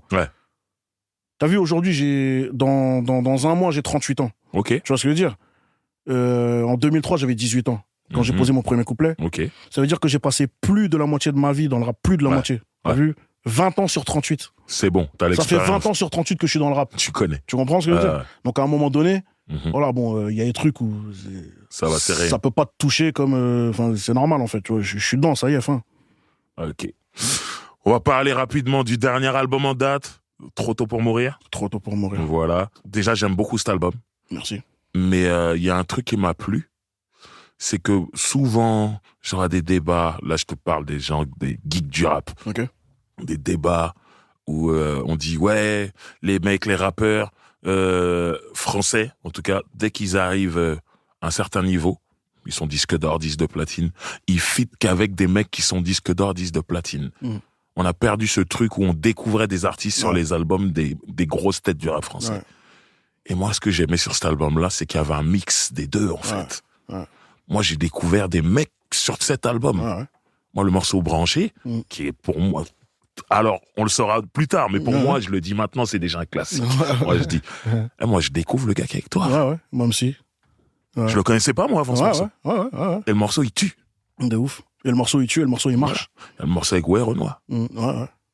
Qui est là, qui monte, qui fait son truc, mais qui est pas encore en place. Il est présent sur l'album. Avec d'autres gens plus en place et tout. Et ça, j'ai trouvé ça super cool.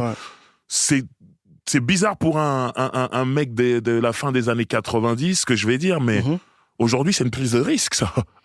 Ouais, si on veut. Bah, Tu vois ce que je veux dire? Ils ne font plus ça, les gens. En fait, nous, étant donné qu'on n'est pas dans cette démarche-là, qu'on n'est pas dans cette manière de penser-là, pour nous, c'est pas une prise de risque du tout. Pour nous, c'est juste normal. Ouais. Mais en effet, je peux comprendre que t'arrives, parce que tu clips branché, avec un rappeur qui est pas une star et tout, machin, et tout. Tu sais, aujourd'hui, on peut te dire, en fait, ce qui a surpris, fais pas ça. En fait, ce qui a pu surprendre, en effet, c'est que dans le choix de nos singles, du coup. Ouais. Eh ben, ce morceau-là. Il y a un morceau qui, en gros, qui sur le papier n'est pas un single, tu vois. Voilà, Dossé featuring Momsi. Qui est Momsi? Ouais, ok, d'accord. En plus, le morceau, c'est pas un morceau calibré. Ouais, tu vois ce que je veux dire ou pas? Voilà, la structure, elle est spéciale. La structure, elle est spéciale. Déjà d'une, ça rappe sale du début à la fin. Et en plus, il y a des coupures avec des dialogues. En plus, il est long, le morceau, t'as vu? Il dure 4 minutes. Mais je sais plus que tu vois. Voilà. Le storytelling est tellement bien pour moi, tu le remets. C'est ça. Il est pas si long que ça pour moi. C'est exactement ça. Mais déjà, j'ai trouvé ça fort. Et succès, l'album. Voilà. Dieu merci. T'as vu, je sors Vidalosa en 2018. Ouais. Je sors Summer Crack 4 en 2019. Et après, j'ai plus rien sorti. Ouais. Donc, et je te cache pas qu'après une absence de 3 ans, pour le coup, dans une époque où vraiment, là, on y est, là. Faut envoyer. On y est. Faut envoyer. On y est, tu vois. Si tu disparais, c'est tendu. Exactement. Ouais. Et non, franchement, le retour, c'est très bien fait, grâce à Dieu. Et voilà, les retours de l'album ont été dithyrambiques, etc. Ouais. Et voilà, et on a vu que non, en fait, les gens sont toujours là. Les gens sont toujours là et que... C'est beau. Donne-leur la bonne musique et le public respecte, disait-il à l'ancienne. Exactement. Tu vois? Bon, ça c'est cool. Qu'est-ce qu'on peut te souhaiter pour la suite? Écoute, ce qu'on peut me souhaiter, c'est que, comme je l'ai déjà expliqué dans plusieurs interviews, et je l'ai dit même dans l'album d'ailleurs, donc cet album-là, en fait, il marque le début d'un nouveau cycle pour moi dans ma carrière, d'un nouveau et dernier cycle. Tu vois? Qu'est-ce que ça veut dire, ça? Non, ça veut juste dire qu'à la fin de ce cycle-là, j'aurais fini ce que j'estime avoir eu à faire dans le rap. Ok. Voilà. Maintenant, le cycle, je suis pas en train de dire que... On sait pas combien de temps on va durer. Exactement, merci. Tu vois. Donc, je suis pas en train de dire que je vais arrêter de rapper dans 6 mois. Mais ce que je veux dire, c'est que voilà, qu'en gros, là, j'entame le dernier cycle de ma carrière. Tu vois. Après, comme un sportif. Tout simplement, il y a un moment où tu te prépares à la sortie, tout simplement. Tu vois. Donc, ce qu'on peut me souhaiter, c'est juste que ce cycle soit l'un des plus vertueux. Ouais. Et j'espère partir en beauté par la grande porte, avec une grosse célébration avec tous ceux qui apprécient ma musique, tout simplement. Très bien. Moi, j'ai envie de te dire, en tout cas, si t'as envie de mettre des chemises de marque et de fumer des cigares, fais-le. Sans aucun souci, frère. Tu fais ce que tu veux. Sans aucun souci. Bon, ici, dans Featuring, on laisse jamais nos invités partir sans un cadeau. Donc, bien sûr, j'ai un cadeau pour toi. Le concept, c'est que tu l'ouvres et que tu expliques aux auditeurs ce que c'est au micro. Okay. Donc, je vais te le donner tout de suite. Yes. Ah ouais, c'est cadeau pour de vrai. Ah, pour de vrai, hein. Alors, déjà, c'est lourd. C'est rectangulaire. Oh, damn, bro. Alors, c'est pas des lingots d'or, déjà. Ah, j'avoue, lourd, rectangulaire. C'est un putain de vreli, mon frère. Un dictionnaire, le truc. Une encyclopédie. Waouh. Ice Cold. Il y a écrit Ice Cold dessus. Voilà, c'est le titre du livre. Et donc, c'est l'encyclopédie des grills, du bling-bling. Du bling, clairement. L'encyclopédie du bling. Voilà, à travers le hip-hop. Incroyable. Ah, c'est super beau, en tout cas. Hein. Voilà. Incroyable. L'encyclopédie du bling, ma gueule. En anglais, ça va me permettre de bosser mon anglais, c'est nickel. Voilà. Et il y a des super belles photos d'artistes, de tous les artistes américains qui portent des beaux bijoux, parce que c'est une partie de la culture aussi. Hein. Totalement, ça fait totalement partie de la culture. Exactement. Bah écoute, merci beaucoup pour ce cadeau. C'est pour toi. Merci beaucoup pour ce cadeau. C'est nous qui te remercions d'être passé ici, raconter ton parcours. Et merci de l'invitation. On te souhaite que le parcours continue. Et de plus belle. Ok, voilà. Dossé, merci à toi et on dit à la prochaine à tout le monde. Yes. Featuring est un podcast original Angle, présenté par Driver, produit et réalisé par François Cusset, ingénieur du son Thomas Gabriel, générique original Ovich Beats. Abonnez-vous au podcast Featuring sur votre plateforme d'écoute favorite pour ne manquer aucun épisode.